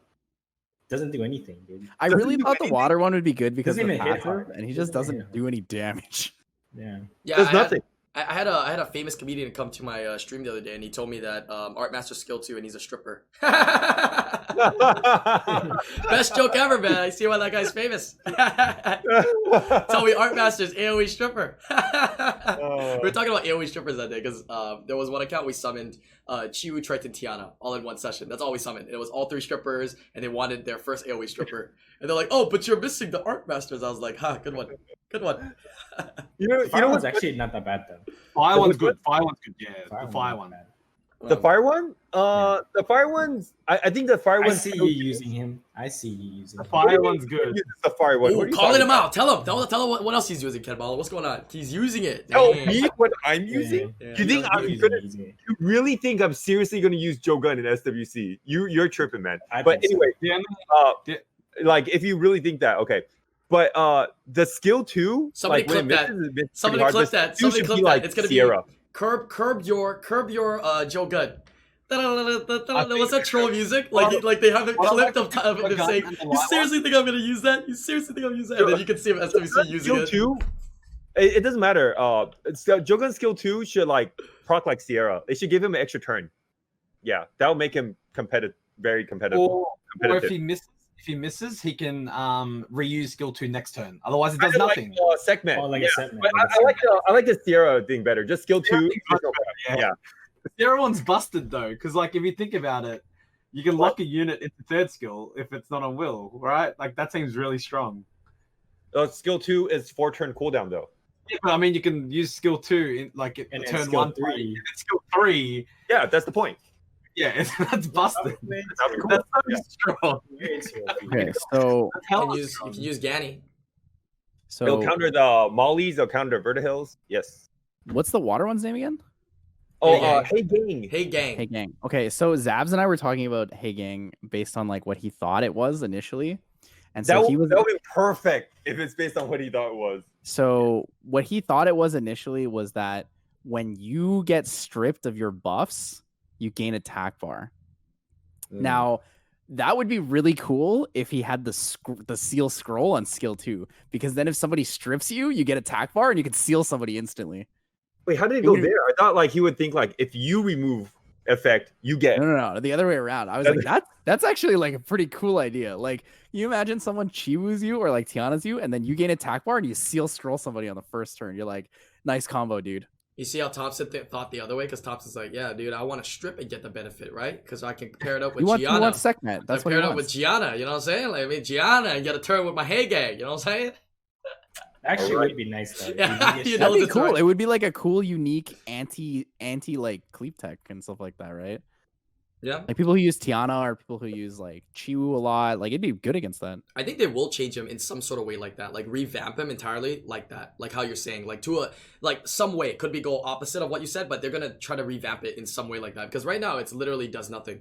It does. It's like really good against CC2 because a lot of people pick Chiwu with Thor. So you're just like that, and then you have Bird, and then you have something else if you need. Yeah. You just get a lot of cool options. Yeah, hey gang is definitely like the worst one out of all 5 of them. He's like, ooh. Yeah, can be good against players that have like Gianna Nefties, right? You can like cut after their Giannas and stuff, and like have a better chance of playing them because they're like really strong. The win was And not bad. The only other Yep. change, yeah, the only other change I think is the Fuck first that skill idiot. should be absorb attack bar instead of reduce attack bar. Yeah. 'Cause right now it doesn't really. The first skill it's should like do what? absorb attack bar Absorb. instead of just pushing back. Should Wait, push back and slow because absorb is counter. The first skill should do slow. No, I'm saying it should absorb.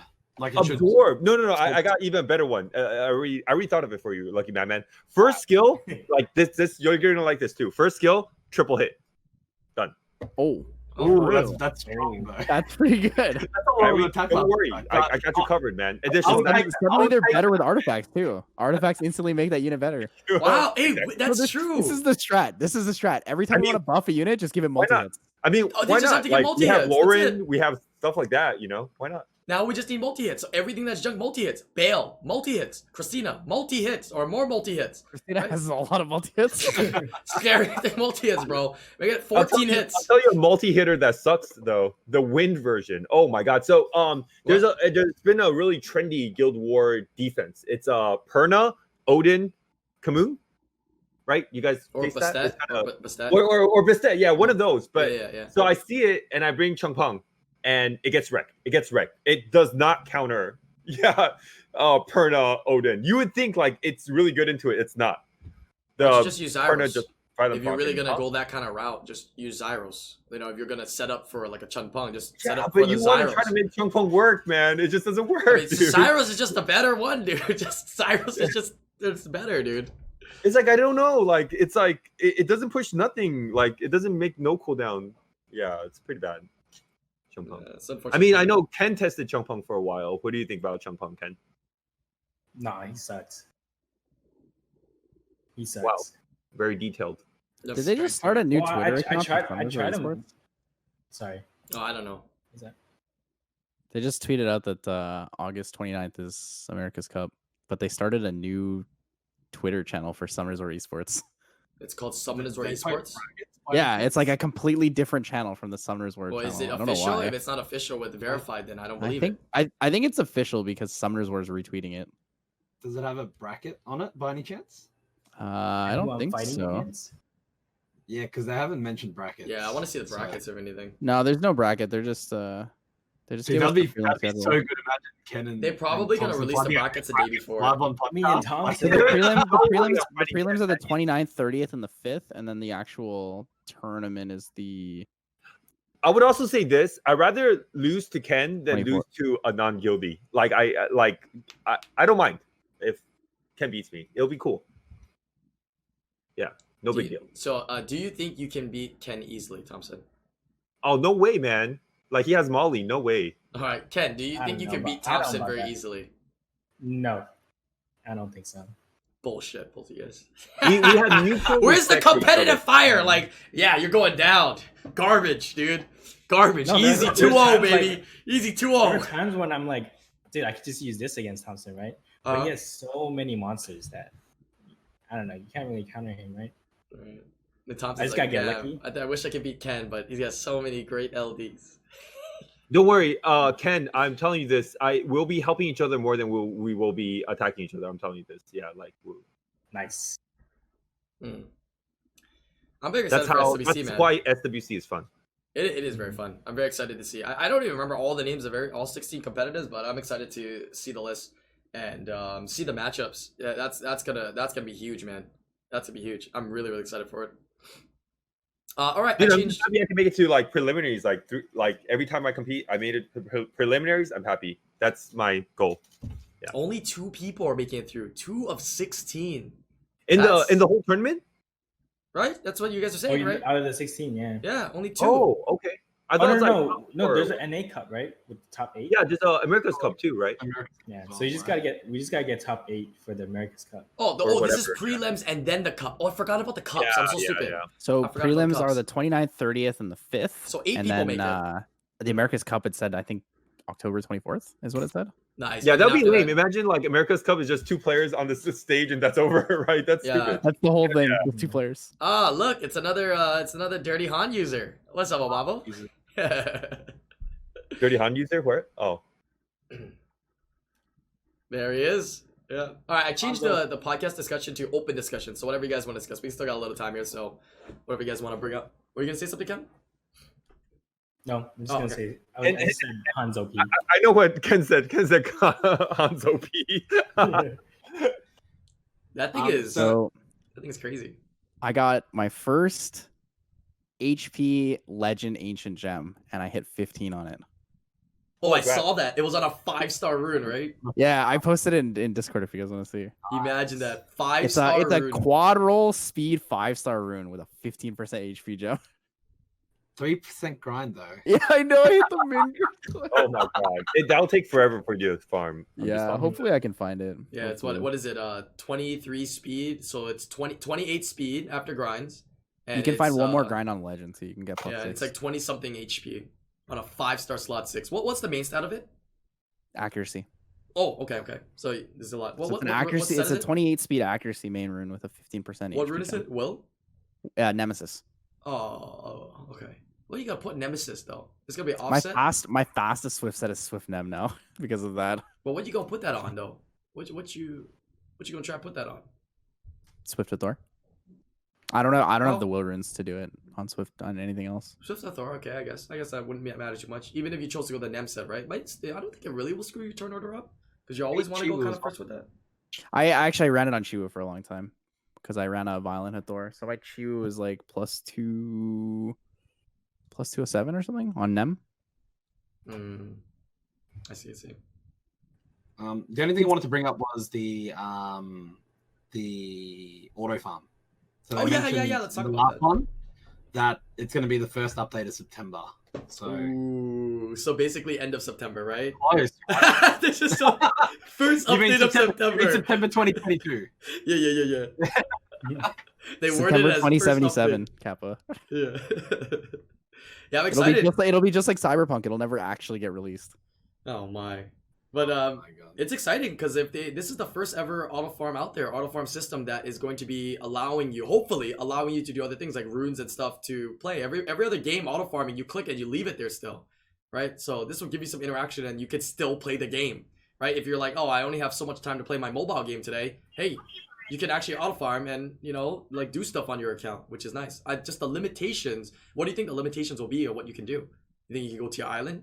Some people want to let you play RTA, but I don't think that's gonna be possible to farm and do RTAs. Like what? Whoa, what the? No. Right? I want to auto farm and talk shit in chat. You can already do that. No, That's you how it's can't. It already- runs it too fast. It doesn't work that way. You could jiggle. It doesn't No, work but, I that mean, way. but that's something that's automatically implemented, right? If the auto farm's there, you can still talk in chat, like you can. Yeah, so- but then I don't have to like break halfway through a sentence every single time I need to restart my run. True, I guess. True.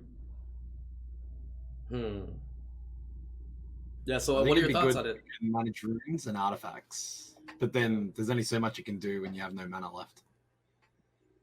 True. So I do have a topic I wanted to bring up again, Okay. an old one. Once we're done with this, so let me know when. Yeah. I I think I too. was on the fence a little bit for auto farming, but I mean, I'm leaning more towards it because I think they're taking the right approach, for auto farming. So it's nice. It's very nice to see what they will implement and do with it. Excited for it. Do you think it'll cost more? What do you mean? Like more energy to do the auto farm? Yeah. No, that's a PR issue for what, a minor of whatever energy. Nah, I don't think so. It'll be Like instead of like 8 energy per run, if you want to do 5 times, do 50 energy. Oh, Ken. Okay, now we know Ken Baller, Comptuous employee. Huh? Okay, No, I'm just marketing wondering and if business you're team, like marketing that, and this 'cause- business team branch right here. Ken Baller. That's what he does. I got you. I feel like because it's like I don't know. It's a premium, I don't know. right? To be able to auto It's a farm. premium. Yeah. Yeah. I mean, they could, but I don't see why they would. I don't see the why. They want to make it more accessible for players to play the game and be free to play. So I don't think they'll increase the price. How many auto farms do you think? You think it's gonna be a 5 or a 10? And do you think, or maybe Tyler said 5 before, it minutes. could be a time frame. He wants to see the time frame, right? You think it's gonna be time frame? You think it's gonna be? What do you actually think it's gonna be? Not what you want, but what do you think it's gonna be? 7 minutes. I'm gonna go with the answer that I did with the psychology on. I'm gonna say 7 minutes. And if I have to, if I have to be more specific, it's gonna be 7 minutes and 47 seconds. Hell yeah! I still disagree with the time. Do you think you will be able to do it in R5? No, because it's co-op content. It won't happen. Oh yeah. I do think it'll be 5 minutes though. 5 minutes timers. You see how we still try to make BJ5s even faster? That's just human nature, man. Yeah, we've already made it 20 seconds. They've already improved the AI of it. And now we want auto every farming. 20 seconds. Yeah, true. Yeah. But BJ5 is good. I'm surprised that they let us do what we do with BJ5. You know, I thought like everybody thought it was gonna get like nerfed or like, you know, bug fixed, or they're not gonna let us do it. But hey, they're letting us farm it at 20 seconds, so whatever, right? And it's so easy to get into as well. One of the best ways to get mana stone too. Yeah. Yeah. One of the best ways to burn your crystals as well, though. Like your crystals, like, oh my god, disappears, man. You're lighting it on That's fire true. right there. Yeah. Okay. Good discussion on auto farming. Tyler, what's topic you want to bring up? Go ahead. So we talked about this before. You remember when we had the free +6 event? Free plus. Oh yeah, plus 16 runes. You get yeah. +6 runes for free. Okay. So I really hope that if and when the auto farming feature comes out, and maybe later down the road, I hope this becomes like an SWC announcement kind of thing. Can we just, when you get a rune in a dungeon, you can +3 it instantly? You have a 100% chance to +3 a rune. It never fails from 1 to 3. So why can't it just take the mana and instantly +3 it, and then I can know if I want to sell it or not, right? There are so many purple runes. Feature though, like that. There are so many purple runes where it's just like, all I need to do is +3 this. And why do I have to leave the dungeon to +3 it, right? Like, it's just all the extra menuing that makes it really annoying. If I could do it in the dungeon, it would be fine, even if I had to roll it one at a time. It's the extra menuing that just makes it tedious, which is why I only roll my runes at the end of the day. I don't roll my runes during the day at all. I just keep everything that's rollable and then do it all later. Yeah, that'd be cool. Which sense. I also think that with the cost of artifacts being really high right now, I think that we should get +6 for free for 2 reasons. One, it is a faster way to play the game, which allows people to. So from a business side, it's like, okay, people will spend more money because they farm a lot more, right? And they're spending more time farming. They're spending less time in the menus, spending less time doing the super tedious things, right? From a consumer standpoint, from our standpoint, it's like, okay, sweet. That means that I can improve my runes at a faster rate. I don't need to waste as much time menuing. And it's also not as frustrating wasting all my time. Yeah, I think that in the future, and I theoretically also get more mana. I think in the future, I think they could do a +6 event, and that would, you know, the community would be. I think the community should be stoked about that. To +6 for free artifacts, that'd be cool. They could do that in the future, and I think that would, you know, help a lot of players out. They could do more of those +6 events throughout the year. You know, I like the idea of them starting to do it this year, so I hope they continue to do it, right? Just like they continue the fusion events, just like they continue the choose a Nat 4 and now LD3 of your choice. I hope they continue to do these in the future. It's just how many and when, right? They will. Wait, let me rephrase, because I think maybe I didn't get my point across properly. What? I want +3 to 6 to be a 100% chance. I don't want it to be free. I just want it to be 100% chance, so it doesn't waste time.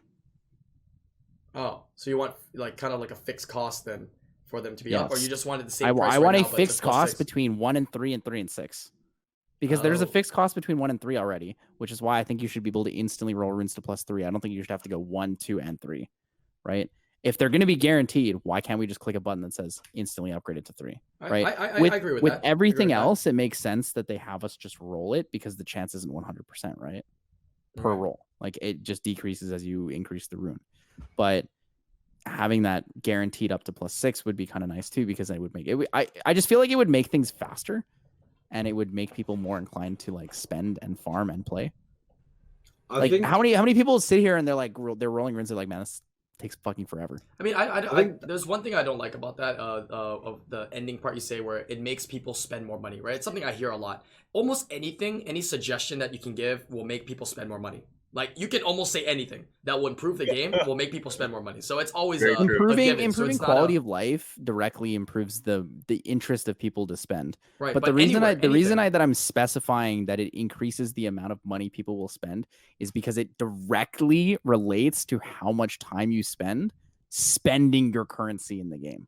But right? I'm saying anything you say in the game. That's make not you true. spend. Not everything Okay, from give me a quality of suggestion life give me a perspective suggestion that will doesn't make directly relate to you spending more. Okay, give me an example then, because I think almost everything that improves the game, anything that changes a game, anything that collabs a game will bring players back, spend money, will have players existing, spend money. You know what I mean? So Okay, it's so always something. if we make a quality of life increase, like we change the login rewards and we make them like, let's say, twice or 3 times as good as they currently are, that does not directly influence the amount of money people spend on the game, because it doesn't change the time commitment to anything they're doing in the game already. But giving them more resources allows them to play the game more, so that they'll spend money. Giving them more resources will give them a taste of it stuff incentivizes them to to spend more money. But if, and then they if spend you more money. if you right? directly cut the amount of time they spend, using resources that are not premium, so not using their crystals and instead using their mana, you're directly giving them more time to spend their crystals. Okay, That's what I'm saying. You're directly taking an opportunity where people have to spend, where people can choose between spending their dollars basically, or spending their whatever they've earned from already like farming. Right. I just want to changing the time to just be like more towards the being able to spend dollars. I just want to lean away from it a lot, because I even, you know, I'm guilty of using that a lot too as an excuse of, oh, I think this would be a great idea because it will incentivize, or it will give people more time and they'll spend more money, right? It's something that will always be there in some way, shape, or form by improving any aspect of the game, right? So it doesn't, for me, it doesn't give me enough of it doesn't convince me enough with that. You know, that's all I'm trying to say. It doesn't convince me. I think that's just the perspective. I feel like that too, and I feel like companies should focus more about making the game more fun than making more money. Yeah, that does make the game more fun though. It makes the game more enjoyable for people, because I don't know. Outside of us, I think gambling for like, I've been so used to gambling like the +3. So you're kind of like just saying like, let's just have a rune plus from 3 to 9. 3 to That's 6. No, I'm saying when you get a rune in a dungeon, you can press a button that brings it to 3, and then you can choose to sell it or continue to go, right? But that's kind of like just starting a rune from like, then that's kind of same from starting a rune from +6, right? Or +3. Well, so not everyone has the mana resource for that, is my point. So for free? No, I'm not saying for free. I'm not saying for free at all. I'm saying there's a fixed cost on it. So it says like use so to upgrade a rune or something like that. That's it. And you get the +3 immediately. Yeah. And this is what it looks like. And you can go, I want to sell it now. Or you can go, okay, I want to keep it, and go keep it. But then everyone that sees a rune that looks like with speed on there, they're just gonna say yes on the option, and if they don't get it, then they're just gonna sell it, right? Right, but that's what he's saying, that it'll help to make it faster, which I semi agree, because 1 to 3 is already guaranteed, right? When and they should just like completely just start runes from +3, like they don't. No, even they shouldn't. And the okay. So yes, maybe they could. Maybe they could start a rune at +3 because it would save people the mana cost of upgrading from 0 to 3. But my point is that if you increase the amount of like time spent away from all the like inventory management menuing, then you give people more chance to farm, right? A lot of like, not us, obviously. People's biggest complaint is, I never have enough mana to upgrade my runes. I never have enough mana to upgrade my artifacts. I can't grind things. I have no mana, right? Because all like they're forced to spend so much of their time doing the menu aspect of the game, and a lot of people don't have that much time. Yeah, I think summoning should cost that much money, and I also think that artifacts should sell for more. I think that will help with the mana stones, right? What about change the? What if they change the speed of powering up? Yeah, I was gonna say double the speed of powering up, and that's back to what it was before they nerfed it back. Yeah, there was. I think that was a glitch, right? On the speed, that crazy speed that they allowed us to power up. Yeah, I'd be happy with just that. Really, I'd be happy faster. Bang, bang, bang. Yes, it helps. I mean, it does. There's no way I could say it doesn't help, right? To increase the speed, that's a direct increase, but it still forces you to go through the menuing aspect of it. And there's no guarantee on the time either, because it's +3, +6, +9, right? Yeah. Like I'm not trying to, and the reason that I also said that it was going to be an upgrade to mana too was that if you made a fixed cost for 3 to 6, inherently that will automatically give people more mana because it will cost less to go to +6. Right, but let's talk about the +3 first. I think the +3 aspect should be implemented. We talked about this before, like you said, and I think +3, it just makes no sense for me to sit there an additional couple of seconds per rune to +3 guaranteed, right? Even if it's, we have to pay that cost, let's just pay it to power it up, right? It can just be, it can still have the same animation then, just bing, and it's +3, right? Just for the first one, because it's guaranteed. Right, if you're gonna make it guaranteed. And then Tyler now is saying additionally on top of that, to the +6, right? And I don't know yet if I totally agree with +6 being 100%, but Tyler's saying that by doing that, it cuts down the time on powering up. Am I getting this right? Because then players still have to go to 9, 12, and if they want 15, which is still gonna take a lot of time. So this cuts away time, giving them time for players to do other things as well and actually play the game of Summoner's War. So I mean, in the long term, and on top of that small amount of mana difference from having the guaranteed +6 actually helps like early mid game players quite a bit. Every time you don't waste one roll going from 5 to 6, you've saved yourself like, I believe, 8,000 mana. If you do that like 100 times in 2 weeks, right? 800,000 mana, like that's a decent amount to some people, right? Maybe to That's us it's why not that it's much so because good like to have Tyler we on can the farm like a podcast. mill every 2 hours, right? That's why it's so good to have Tyler on the podcast because he speaks for a population, a big population, like early and mid game that like I completely like lost track of, like because I haven't played, I haven't restarted a new account for a long time, so that's really cool, Tyler. Yeah. Yeah, and to the people who like, and I know this is gonna happen in the comments, but the people who are like, "Wow, Thompson doesn't care about us free to play players," it's not like that. It's that Thompson focuses on the game for himself, and I think that it's fine and acceptable to be someone who focuses on what's in front of you, right? What's in front of me is all the players who are just starting. I don't just help myself, but well, I know you do, but you're way more in like the high end community. So like when it comes to like in like PvP or like niche content and stuff like that, you're extremely good at that. You're like easily top 5 most knowledgeable players when it comes to like really high end PvP content, right? But when we talk about what it's like to be an early game player, what it's like to be a mid game player, struggling with mana or struggling with the amount of time you can spend playing the game, those issues don't really apply to you as much. So it makes sense that like it's not prevalent. I think also before in the past when we've made some suggestions on improving the early game quality of life, you've also stated that they have it real easy right now. So I mean, changing things for early game quality of life players is not really relevant anymore because it's so easy. And I kind of agreed with you when you said that as well, because I think it is very easy for early game players to play the game. I don't think there is I really don't think there's a mana issue. I don't think there's any problem for early game players to do anything nowadays. It's like literally easy. Right? I mean, players that are complaining about dungeons doing it. I mean, Sean B did a free-to-play account, 10 days, did GB12. I mean, like, the game is, like, easily a piece of cake. I think it's the knowledge, right, that players need to get, which, Tyler and all of us here are here to provide for them. I don't think these issues of mana and stuff are that big of a problem. But the issue of convenience and the issue of being able to use your time to actually play the game instead of powering up a rune, I think that issue should be fixed. And that issue is something that's for everybody. End game players and early game players, right, to play the game and enjoy the content that you want. So I think that's a very like big topic of interest and something that competitors can look into, right? Shortening times, not even from like runes, but other areas of the game, so people can enjoy the game. What is most important to you, competitors? Is it us sitting there powering up runes? Is it us, I don't know what it is, right? And I like to say competitors has been trying to improve that, right, through the rune management. Hopefully artifact management, right? Making it easier for us, speeding up time for us to do that. Can you imagine and remember 3 years ago how long it took to rune up a unit and move your runes around? It was stupid. It was so stupid. So I think Contos continues to do that, but they need to make sure they're checking all the different aspects. And this rune aspect is a big thing. I do find myself sitting in the rune and artifact power up, screen a long time, right? Too long. So it's something that, needs to be talked about. I don't know if I agree with +6 though, like free.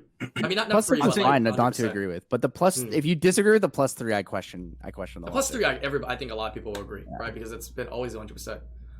To be fair, I think this circles back to the auto farm, and hopefully that addresses a lot of the things that we just spoke about. Because I think, true. I think as long as the power, like the thing that annoys me the most is how long it sees. Like the power up animation feels like the slowest in this game out of all the other catches I've played.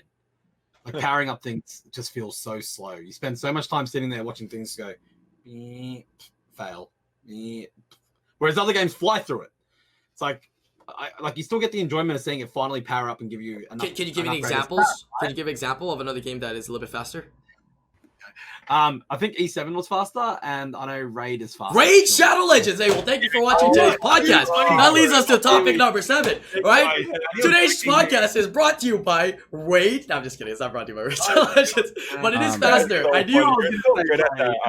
I know you play Raid, that's why, and I do notice Raid is fast. It's fast. The power-ups are very fast on the artifacts. Yes, they're very fast. Yeah, so I think, like, hopefully the power-up functionality, if that was faster, then it would be a bit better. You still get the enjoyment of watching it hopefully in most cases. I hope everyone in chat gets a better enjoyment when they upgrade runes and get the stats that they want to roll. But seeing them upgrade, I think it's something that should still happen. But I agree, Tyler, 100%. If 1 to 3 is guaranteed, that can be one animation that can fly through and give you the +3 straight away. +6, I'd probably leave that alone. But yeah, if the animations were faster, we could do that in the background while we could run auto farm. It'll kind of get rid of all that issue sitting at the end of the day rolling runes or getting a rune, switching screen, honestly, rolling a rune out. Like, I think it'd save a lot more time. if you want to save time playing Summoner's War, just nerf Molly, and then you'll save like 5 minutes playing Summoner's War. That's all. Yeah. I'm just kidding. Best way to save time playing Summoner's I actually War? don't want them to nerf Molly because I can't wait to pull one. I'm like, I know it's possible but impossible, but yeah. Yep, 60 scrolls. You have 60 scrolls. Yeah, Best way to save time is don't play RTA. Oh, don't play. That's true. It's, Yeah, it's that's theoretically the only like optional content in the game. But if you do play RTA and you face like a Molly Vigor Tourneys comp, you're just like, okay, it's gonna be I'm here for the long haul, you know. All right. Yeah. There is one thing you said, Brian, that I want to point out. You said Raid Shadow Legends. I know it's one of the biggest and ambitious RPGs of 2020. Download today like using the link down below. New units a month. Now you got to make sure you check it. I'm too good with this timing. All right, go ahead. So good. You said the difference between like the players, the early game experience, like the content is not hard and stuff like that, and that it's the experience, right? The experience that people lack, which is why they have like mana issues and stuff like that. I feel like the mana issues come from the fact that like that experience, like the cost of gaining experience in the game is at the expense of how much mana you have to waste. No. Do you disagree with that statement? The cost of the experience in the game is turning off your ads and watching my YouTube videos and Sean B's YouTube videos and Begamon's YouTube videos and Tyler's YouTube videos and everybody else's YouTube videos and getting the knowledge there. That saves your mana. There's no cost. We take the cost for you. Yeah, at the expense of only get a lot of where Brian's coming from. I'm just saying, like bro.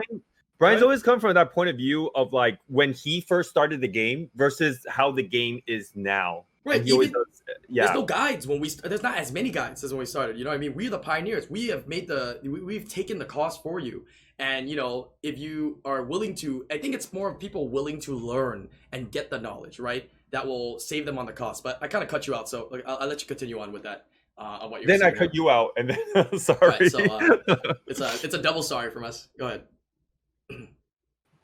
I don't know. But you're talking about the mana, right? At the cost of mana is the knowledge. So you were going from there. So maybe you need more mana. So a really good example is that how many people are watching the stream right now? Like 1,000 probably on the podcast right now. There's 1,000 people watching right now. So, I don't know. I just assume we have 1,000 viewers. Okay, so if we have 1,000 viewers watching the podcast right now, and we probably have somewhere around like 2,500 watching Summoner's War in the afternoons during the week, I would say that's probably about maybe 1% or less of the population of Summoner's War. So when you think about the amount of people that start the game or play the game, even from advertisements, even from other content creators that they watch and stuff, there are a lot of times where you are a new player in the game and you don't know any content creators, or you are following someone that you know that also is a noob in the game and doesn't really know a lot. And those players are going to suffer 5 times harder than anyone who has watched any of us, who has come to the Twitch directory, who regularly looks up YouTube, and then also not even just looking it up on YouTube, but also discerning the information that's good versus the information that's bad versus the information that is specifically designed for an advanced player. Because there's a difference, right? There's a big difference between somebody who can watch Sean B's video, do everything in 15 days, and somebody who's never played a gear gacha before, who watches Sean B's video and has no fucking clue what they're doing. Right. But then even if they follow his steps to the T, they won't understand it, and they won't be able to like make any significant improvements. Because unless you're hand-holding them, giving them every individual piece of advice and explaining every reasoning for why you do certain things, they will never understand it. Right. But also there's the pool of players from that just play for fun as well, right? They're not going to care. Yeah, but the people who play for fun also complain that they don't have enough mana. So like my point is there is no real downside to what I'm suggesting. That's my whole premise, is that the suggestion that I've given you has no real downside from the developer standpoint, from the consumer standpoint, both on the high end, the low end, and the completely casual. Because as someone like Thompson, who can farm a lot all day, he's like, wow, I can +6 runes faster now. So now you +6 your runes faster and you farm faster, which means your runes improve faster, which means theoretically you get through things faster, right? As someone like me, I'm like, wow, sick, I actually have mana now because I don't have to sit here and like, it's like, oh, I get an extra like hour a day. Oh, maybe I can go to the gym for an hour, like, or I can be at the gym for like half an hour longer today because I have that extra time in the day, right? And then as the completely casual player, I used to do RTA at the gym. When you're completely casual player, you're like, wow, I actually can do things when I feel like it. You just feel better. The point is, like, if you make a quality of life improvement that only provides more endorphins for the player, the company will benefit in the end. You're not wrong. It's all true statements here. But the fact of the matter is +6 what we want to see, right? End of the day, I mean, I'm down for it. I'm for it, right? It's just, you know, I'm always on the side of caution when Compto starts giving more and more and more and more and more stuff, because, you know, it slowly ramps up, right? We talk about power creep, but we're talking here about developer creep, right? There'll be a higher expectation for consumers year to year to year, and you want your game to last as long as you can, right? You kind of want to stretch it, but you want to give the users the good experience as well. So, I mean, it's how much, right? Because as we've seen, consumer nature is we just always want more. We just want things faster. We want things cheaper. We want things better, right? Which I'd say Comptuous has been providing. So, I mean, I give you some claps and pats on the back, right? This is super hot take on that, but I think that we could very well move into the era where mobile games are not designed as cash grabs. They're designed as quality content games that actually have some sort of lifespan, instead of being this, okay, how long can we milk money out of people before they get too frustrated to play our game?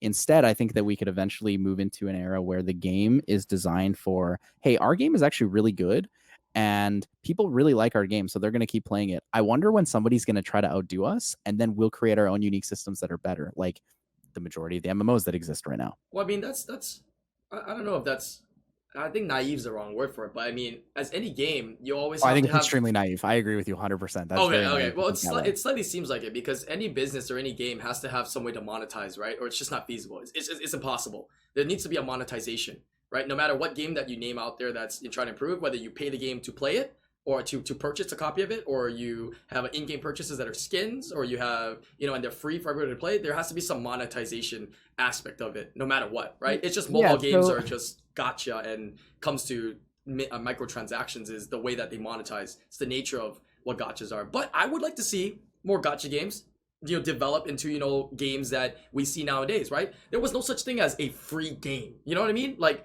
League of Legends coming out, being free and whatnot, right? This like, it's the start. Fortnite, all these games coming out free, right? Just more people playing it, more people have access, and then the access to potentially buying stuff in store was the kind of like their business model way of monetizing. That could be a possible thing for mobile games in the future. So, I mean, that'd be kind of cool. Yeah. So a lot of that comes from like growing up in Calgary. I've always watched the food industry in Calgary and the way it's developed. In Calgary, people have a lot of money. People have like a very good amount of money. People can regularly go out for like $200-300 dinner, like business dinners, like every single day, right? And the food industry in Calgary has always been very unique in the sense that if a restaurant is not super, super good, it almost always dies out in a year and a half. And the reason for that is because the monetization of the food industry in Calgary is based upon the quality of the service that you provide, right? And with the quality of the service you provide, people will continue to support you, right? Even if you're not like stepping up past other people, if you continually remain a high quality product, people will spend on your product, right? And that's kind of that's the kind of analogy I'm trying to make with gotcha games. I think gotcha game companies could eventually reach that point where instead of always just trying to be a little bit better than the next person, they actually just create a quality product, and their quality product is strong enough that people like it.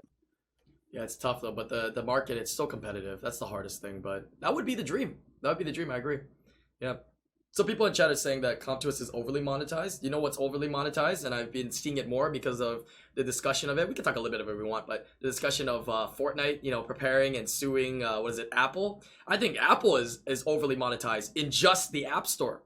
Imagine only running the App Store and making 30% revenue from every other gacha game out there.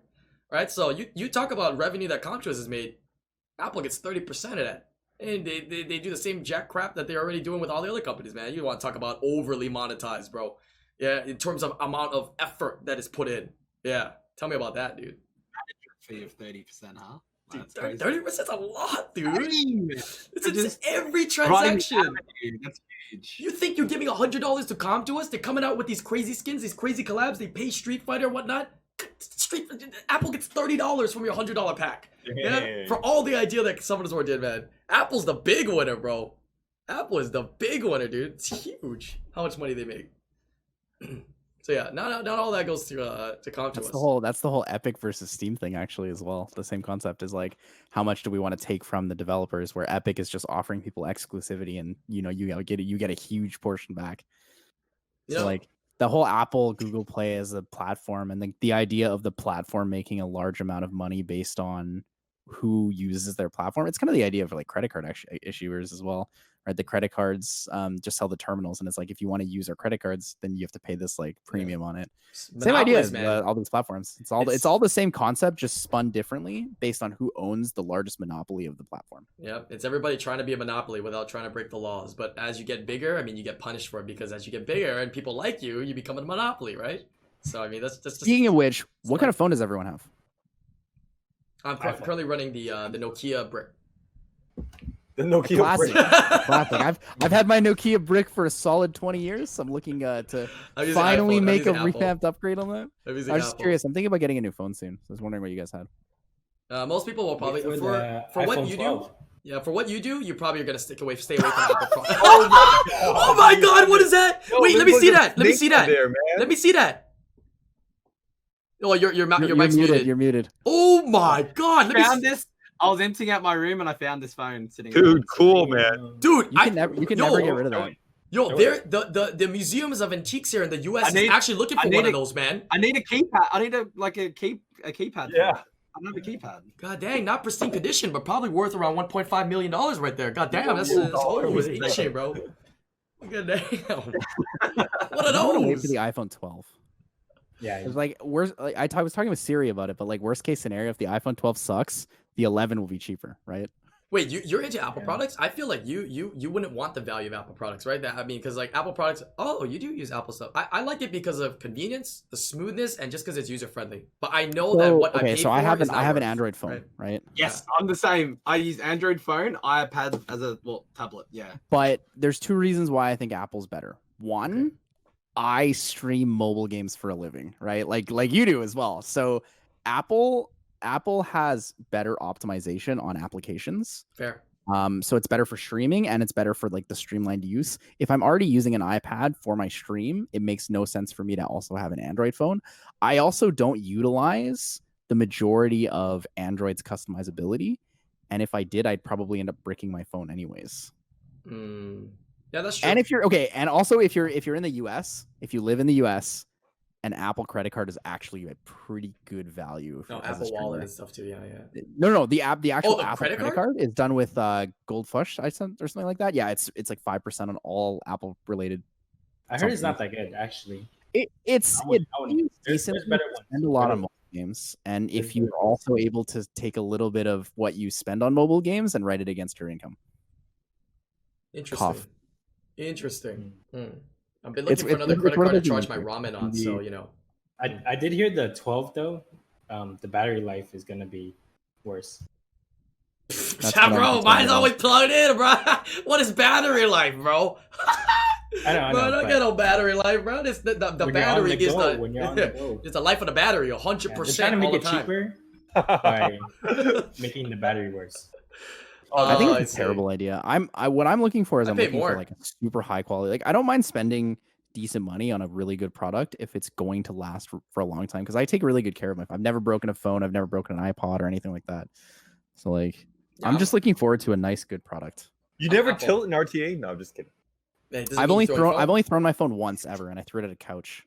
And I threw it in a way that like I knew it would stick on the couch. Why? Why did you throw it? I have to know. I have to know why you threw it. I got broken up with over text. So I threw my phone at the couch, and I was like, I'm not going to touch that for a couple hours, and I kind of just walked away. Hey, earlier, Ken Baller said he had something you want to talk about.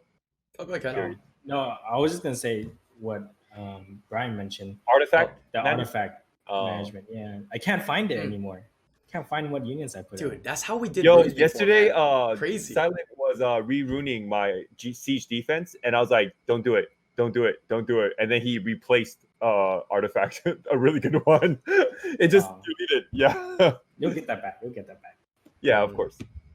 Yeah, but it's complicated. I'm sorry for your loss. It should say like, "Are you sure?" You know. That's true. Can we lock artifacts? Can we lock them right now? Artifacts doesn't. You have to lock it. But, in like, RTA it replaces, can you lock? and it says it's like a menu option, but in normal it overrides. Yeah.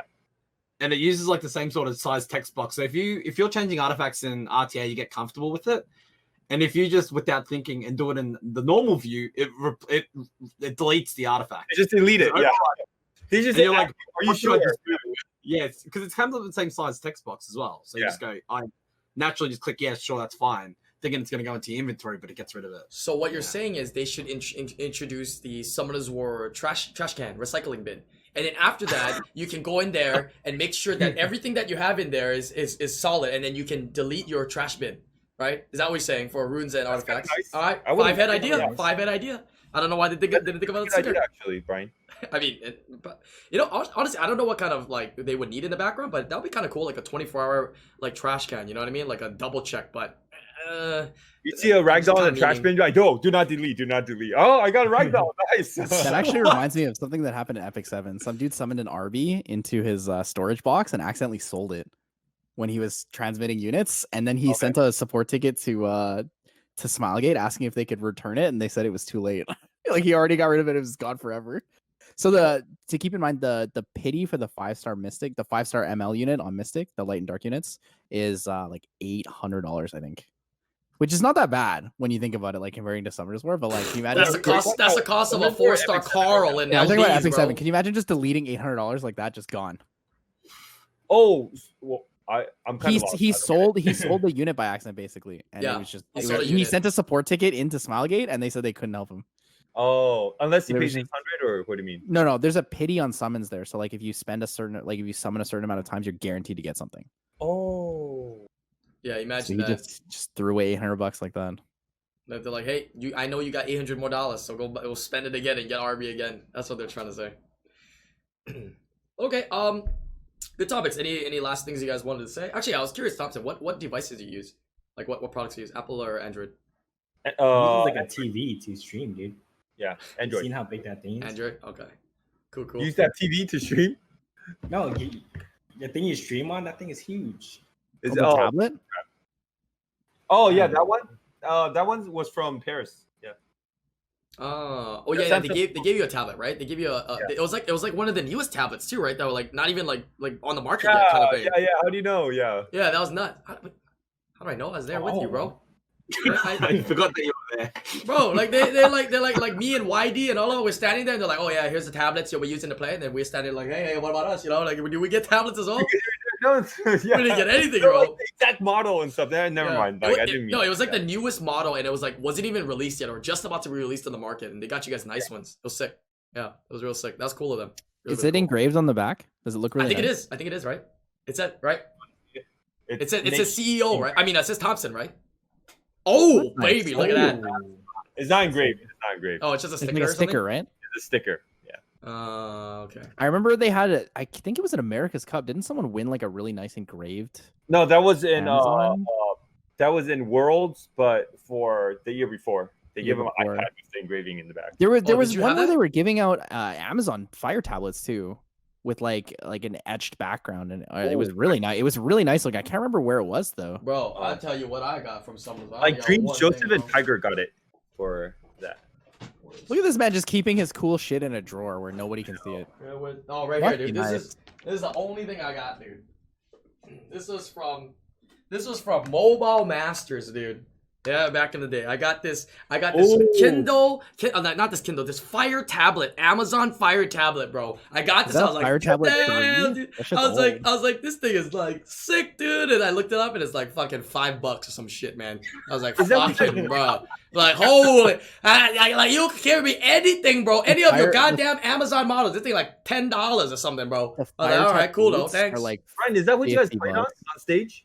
I think we actually use this for the Mobile Masters. Yeah. It wasn't that crazy. It wasn't that crazy. Yeah. Didn't I steal a poster? I didn't steal a poster. It was a banner, and I have it. Yes. If Comptos wants it back, did you steal it? Too bad. No, I asked them. There was so at Mobile Masters there was 2 banners. If you rewatch Mobile Masters, 2 banners on both sides, right? When competitors are playing, right? It's a very soft, very nice cloth banner. I'm sure it's worth hundreds of dollars to just get it printed. Wait, is it not hung up somewhere? It used to be hung up behind me, but it's too large and I can't really fit it up. So, yeah. But I asked the producer, hey, Do you need those? He said no. I took them. Ree only took the other one. I was like, oh, it's in my bag, baby. Yeah, got You it. didn't even ask if you could have it. You just said, "Do you need that?" Do you need it? He's like, you don't need it. You can have it. He says. I'm like, that's it. You said it. I'm done. I'm taking it. Right? Proceeded to take it off. I think that's an important part of the story you left out is that he said. And you could as we have left, other employees were like, hey, you can't take that. I was like, nope. Jimmy said I can. Talk to him. Because they were telling me I couldn't take it. I was like, no, I know I can take it. Right? So I know funny. I can take it, bro. I asked them. So I still have that. Yeah. But all right, solid podcast today. Thank you guys for joining me. I enjoy these like open discussions, man. We talk about some of the randomest stuff. Kind of relates, kind of doesn't, but you know, I really enjoy it. It's always fun to hang out with you guys. We're gonna put the links to all their channels down below. Make sure you check them out. Ken Bowler hasn't been streaming too much. Thompson hasn't been streaming too much, but makes sense, right? SWC. But everybody here does stream, so make sure you guys give them a follow and check them out. Leave those comments down below. We're continuing to enjoy those. It's been some great ideas down below. Hit that like, and I'll see you guys on the next live stream or podcast. Peace out, YouTube.